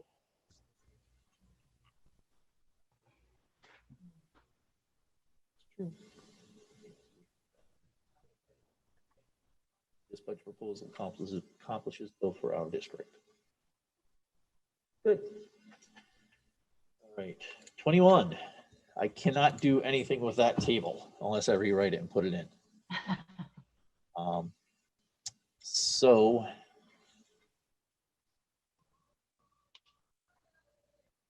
I think it's fine. I think the one thing on there that, you know, people from the past might remember, and you've been part of those emails that I've, you know, where I've been back and forth with Matt on it. yes, That it used to be that our former business administrators used to include an estimate of $750,000 in unexpended funds that would also be returned. Matt is more conservative. He doesn't make any assumption on that. There is money in there that we know is there and that, you know, is gradually getting reduced, but it is not a part of the calculation for the tax rate. At the year end, if there's unexpended funds that get returned, the tax rate will get reduced accordingly. So I just think it's important just to have a sentence about that, you know, that it's not in there, because it used to be until 3 years ago. So how does that tie into this? This page here, or the slide, is just listing out how we're getting the revenues. Mhm. And then the 6,947,000 is from outside resources. And the taxpayers estimated for the local tax is 28 million. What you just said there, how did you want to tie that into this? There have in the past been funds left over, unexpended funds at the end of the year. This does not assume any. It's a very conservative estimate. Oh, okay. So this should be like something like fiscal year 2021, 22 budget funding without expended funds, Just sorry. if there are unexpended funds, the tax rate could be lower. That works. You know, I think just a simple sentence. Without promising. Talking about the tax rate on this slide, I'm confused. Like what you, I mean, this isn't talking about the tax rate. That's the next No. slide. So I'm talking about the proposed tax rate, and in the past, in this table, the estimated revenues had not just the use of fund balance of 569,000, but it had an estimate of unexpended funds that would be available at year end. And they used to use 750,000, which is just an arbitrary number. Since Matt got here, we don't use that number anymore. And I just so you think, can just you know, say that total, that $6 million total doesn't include any estimate of unexpended funds at the end of the year. right. The local property tax revenue might be that much. That's the most it could be. It could be a little bit lower if there's some unexpended It's a funds at the end of the year. conservative estimate. Yeah, that's a conservative estimate. Doesn't include an assumption of any unexpended funds, which typically there are, but we're just Okay, not so assuming them in here. To be Can Can I very- ask a question? Vanessa? Maybe it's, I don't know, maybe it's just me, but I just don't understand what we're trying to get across in that column, like to the left. So this here is the estimated revenues from outside sources. Okay. So we collect tuition of $4,200,000. Mhm. We get earnings on investments of $25,000. We Yeah. service sales. This is all stuff that goes on that the taxpayers do not contribute any money to this $6,947,000. Okay, so in the budget, there's this $6,947,000 that the taxpayers do not put into the overall budget. Okay.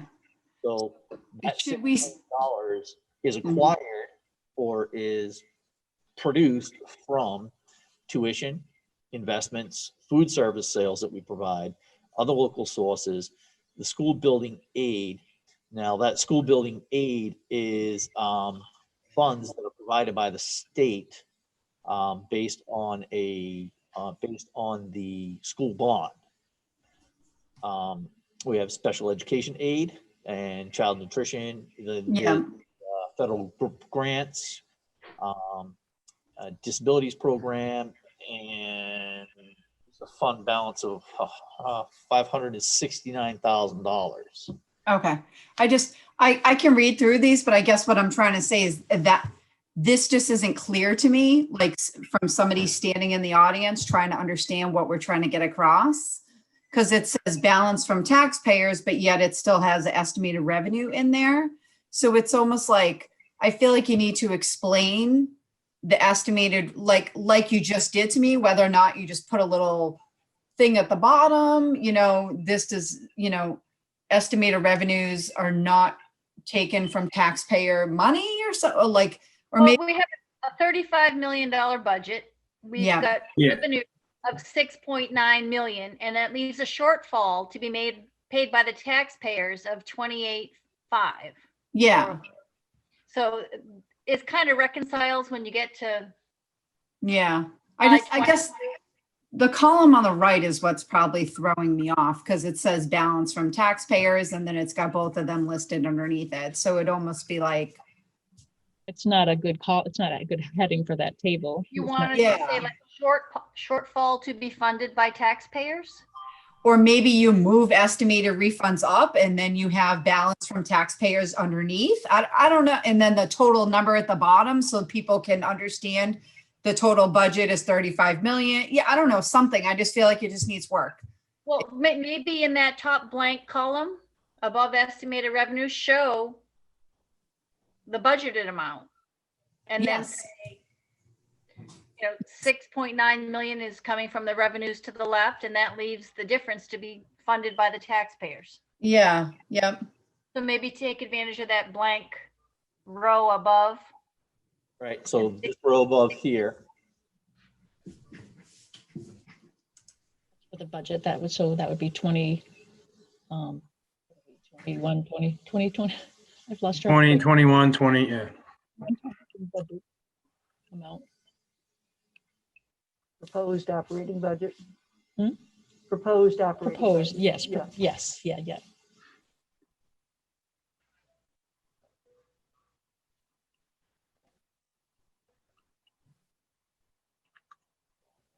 I'm catching Matt's falling asleep thing. Hmm? Getting tired. Oh, yeah. Well,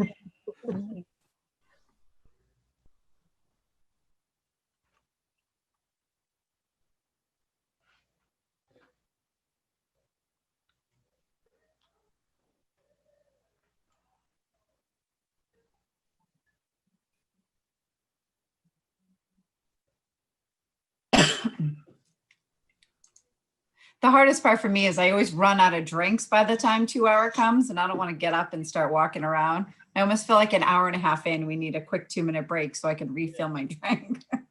you guys want to take a break? No. at this I'm point. gonna finish and go. All right, so the proposed operating budget, You can fill that in. fill in, You're right. yeah.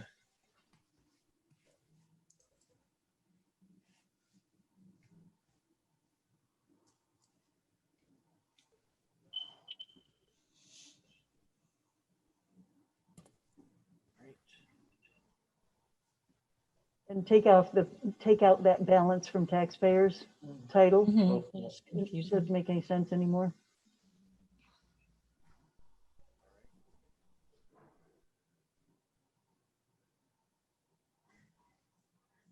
So if you were able to do the estimated revenues, if you do this box, this table that you're doing right now is kind of the main thing on the page, and then make the purple thing kind of a subset of it just for detail of the local revenues. Or just forget it and don't have it because the MS-27 is going to be available, for people to look at.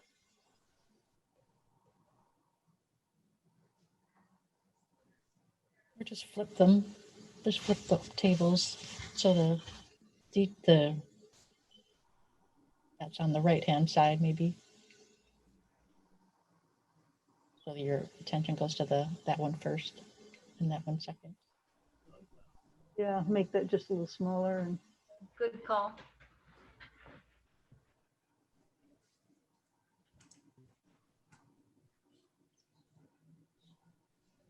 Okay, so we have the proposed operating budget. All right, so the fiscal year 2021, 2022 budget funding estimated revenues. We have the proposed capital operating. R, capital I. Yeah. Okay. proposed operating budget, fill in that value, estimated revenues, and then estimated local property tax revenue. So do we want to say estimated revenues? I know that's what it says in the purple box, but estimated non-local revenues? Well, isn't it estimated revenue through taxation? It's from taxation in some, well, Yeah. I mean, so great. The special education aid, obviously that money comes from somebody paying taxes. I mean, all the stuff within this, unless it's given by, Bill Gates or something, it's a tax revenue from someplace, somewhere, somehow. But it's not our local tax bill between Newton and Kingston that's paying for this. So if you say estimated non-local revenues, and then local property tax revenue, Estimated, state and federal revenues, it isn't though, because How about operational revenues? That really is what it is, non-local property tax. Yeah. Or other revenues. Well, did you hear what Mary said?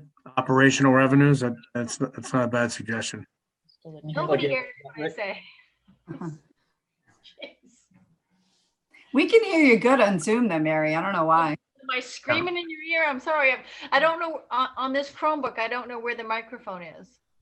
And this is the only device other than my iPhone that has Zoom on it or that has a okay, camera. Vanessa, can you translate? Huh? Ma- No, you guys can't hear her that well? Yeah. And Mary was saying operational revenues. I've noticed in meetings, Mary's very hard to hear, but now that I'm home, remote, I can hear her better than I can when I'm in there. No, Yeah. when you rewatch the videos, I have no Yeah. problem hearing me in the videos. So it's Yeah. something connection from Zoom to the meeting room. let's just get this finished and not talk about that. All right, so, Mary,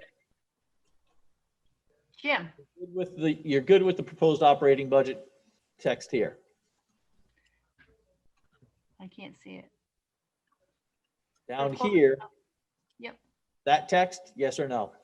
Yep, that's fine. And just put in the figure 35, 525, 941, 94. Yep. Estimated outside revenues? Yeah, outside, yeah.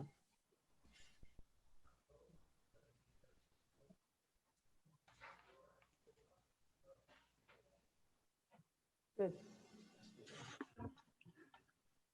Yeah. Okay. All right, getting there. So tax impact for a $300,000 house. The proposed operating budget is $35,525,000. Kingston will be $5,067, 16.89 per thousand. Newton, $5,300, be 17.85 cents per $1,000. The proposed default budget, which is $2,000 greater than the proposed operating budget. Kingston would be paying $5,070 at $16.90 per thousand, and Newton would be paying $5,358, $17.86 per thousand. You know That's an what? easy one because we can't really change much on that. Yeah, nothing can really change on that one. Will you send Matt an email just saying that warrant on the operating budget needs to say what the default is for the tax impact too? I thought they were going to be identical. So I wasn't upset about having just the one number, the 1785, for instance, or the 1785 for Newton. But if the default budget's 1786, that should be on the warrant too. It always has been in the past. Oh, because the warrant only covers. I the, asked him about proposed that last operating night. budget. He said it hasn't been. Yes, Said- it has. Yeah, I thought so too. But we did ask him about that last night when we were discussing Okay, the warrant so articles. email Matt. He didn't think Yeah. that we needed to have them both on there. Default tax Default. impact.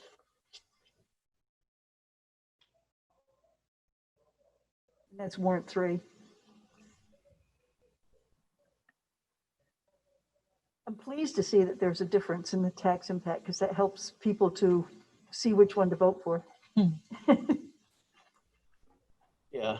Oh, it's only a penny, but Penny, but I you know know, it's a penny. It's the whole financial situation for everybody to be sitting there and worrying about a penny or considering a penny. Just, it irks me that we're in this position we're in. absolutely. All right, so we can't do much about that one. So here we are. Proposed operating budget. This is an operating budget driven by declining student enrollment. It provides efficient use of funds for the needs of all students. Bench program is fully funded and it meets all needs and requirements. It is recommended by the Budget Committee 8-0 and 6-0.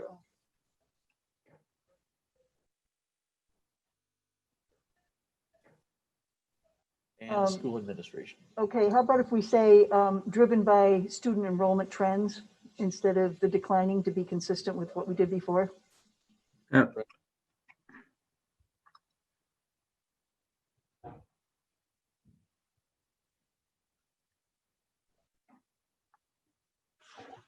Operating budget driven by student enrollment trends.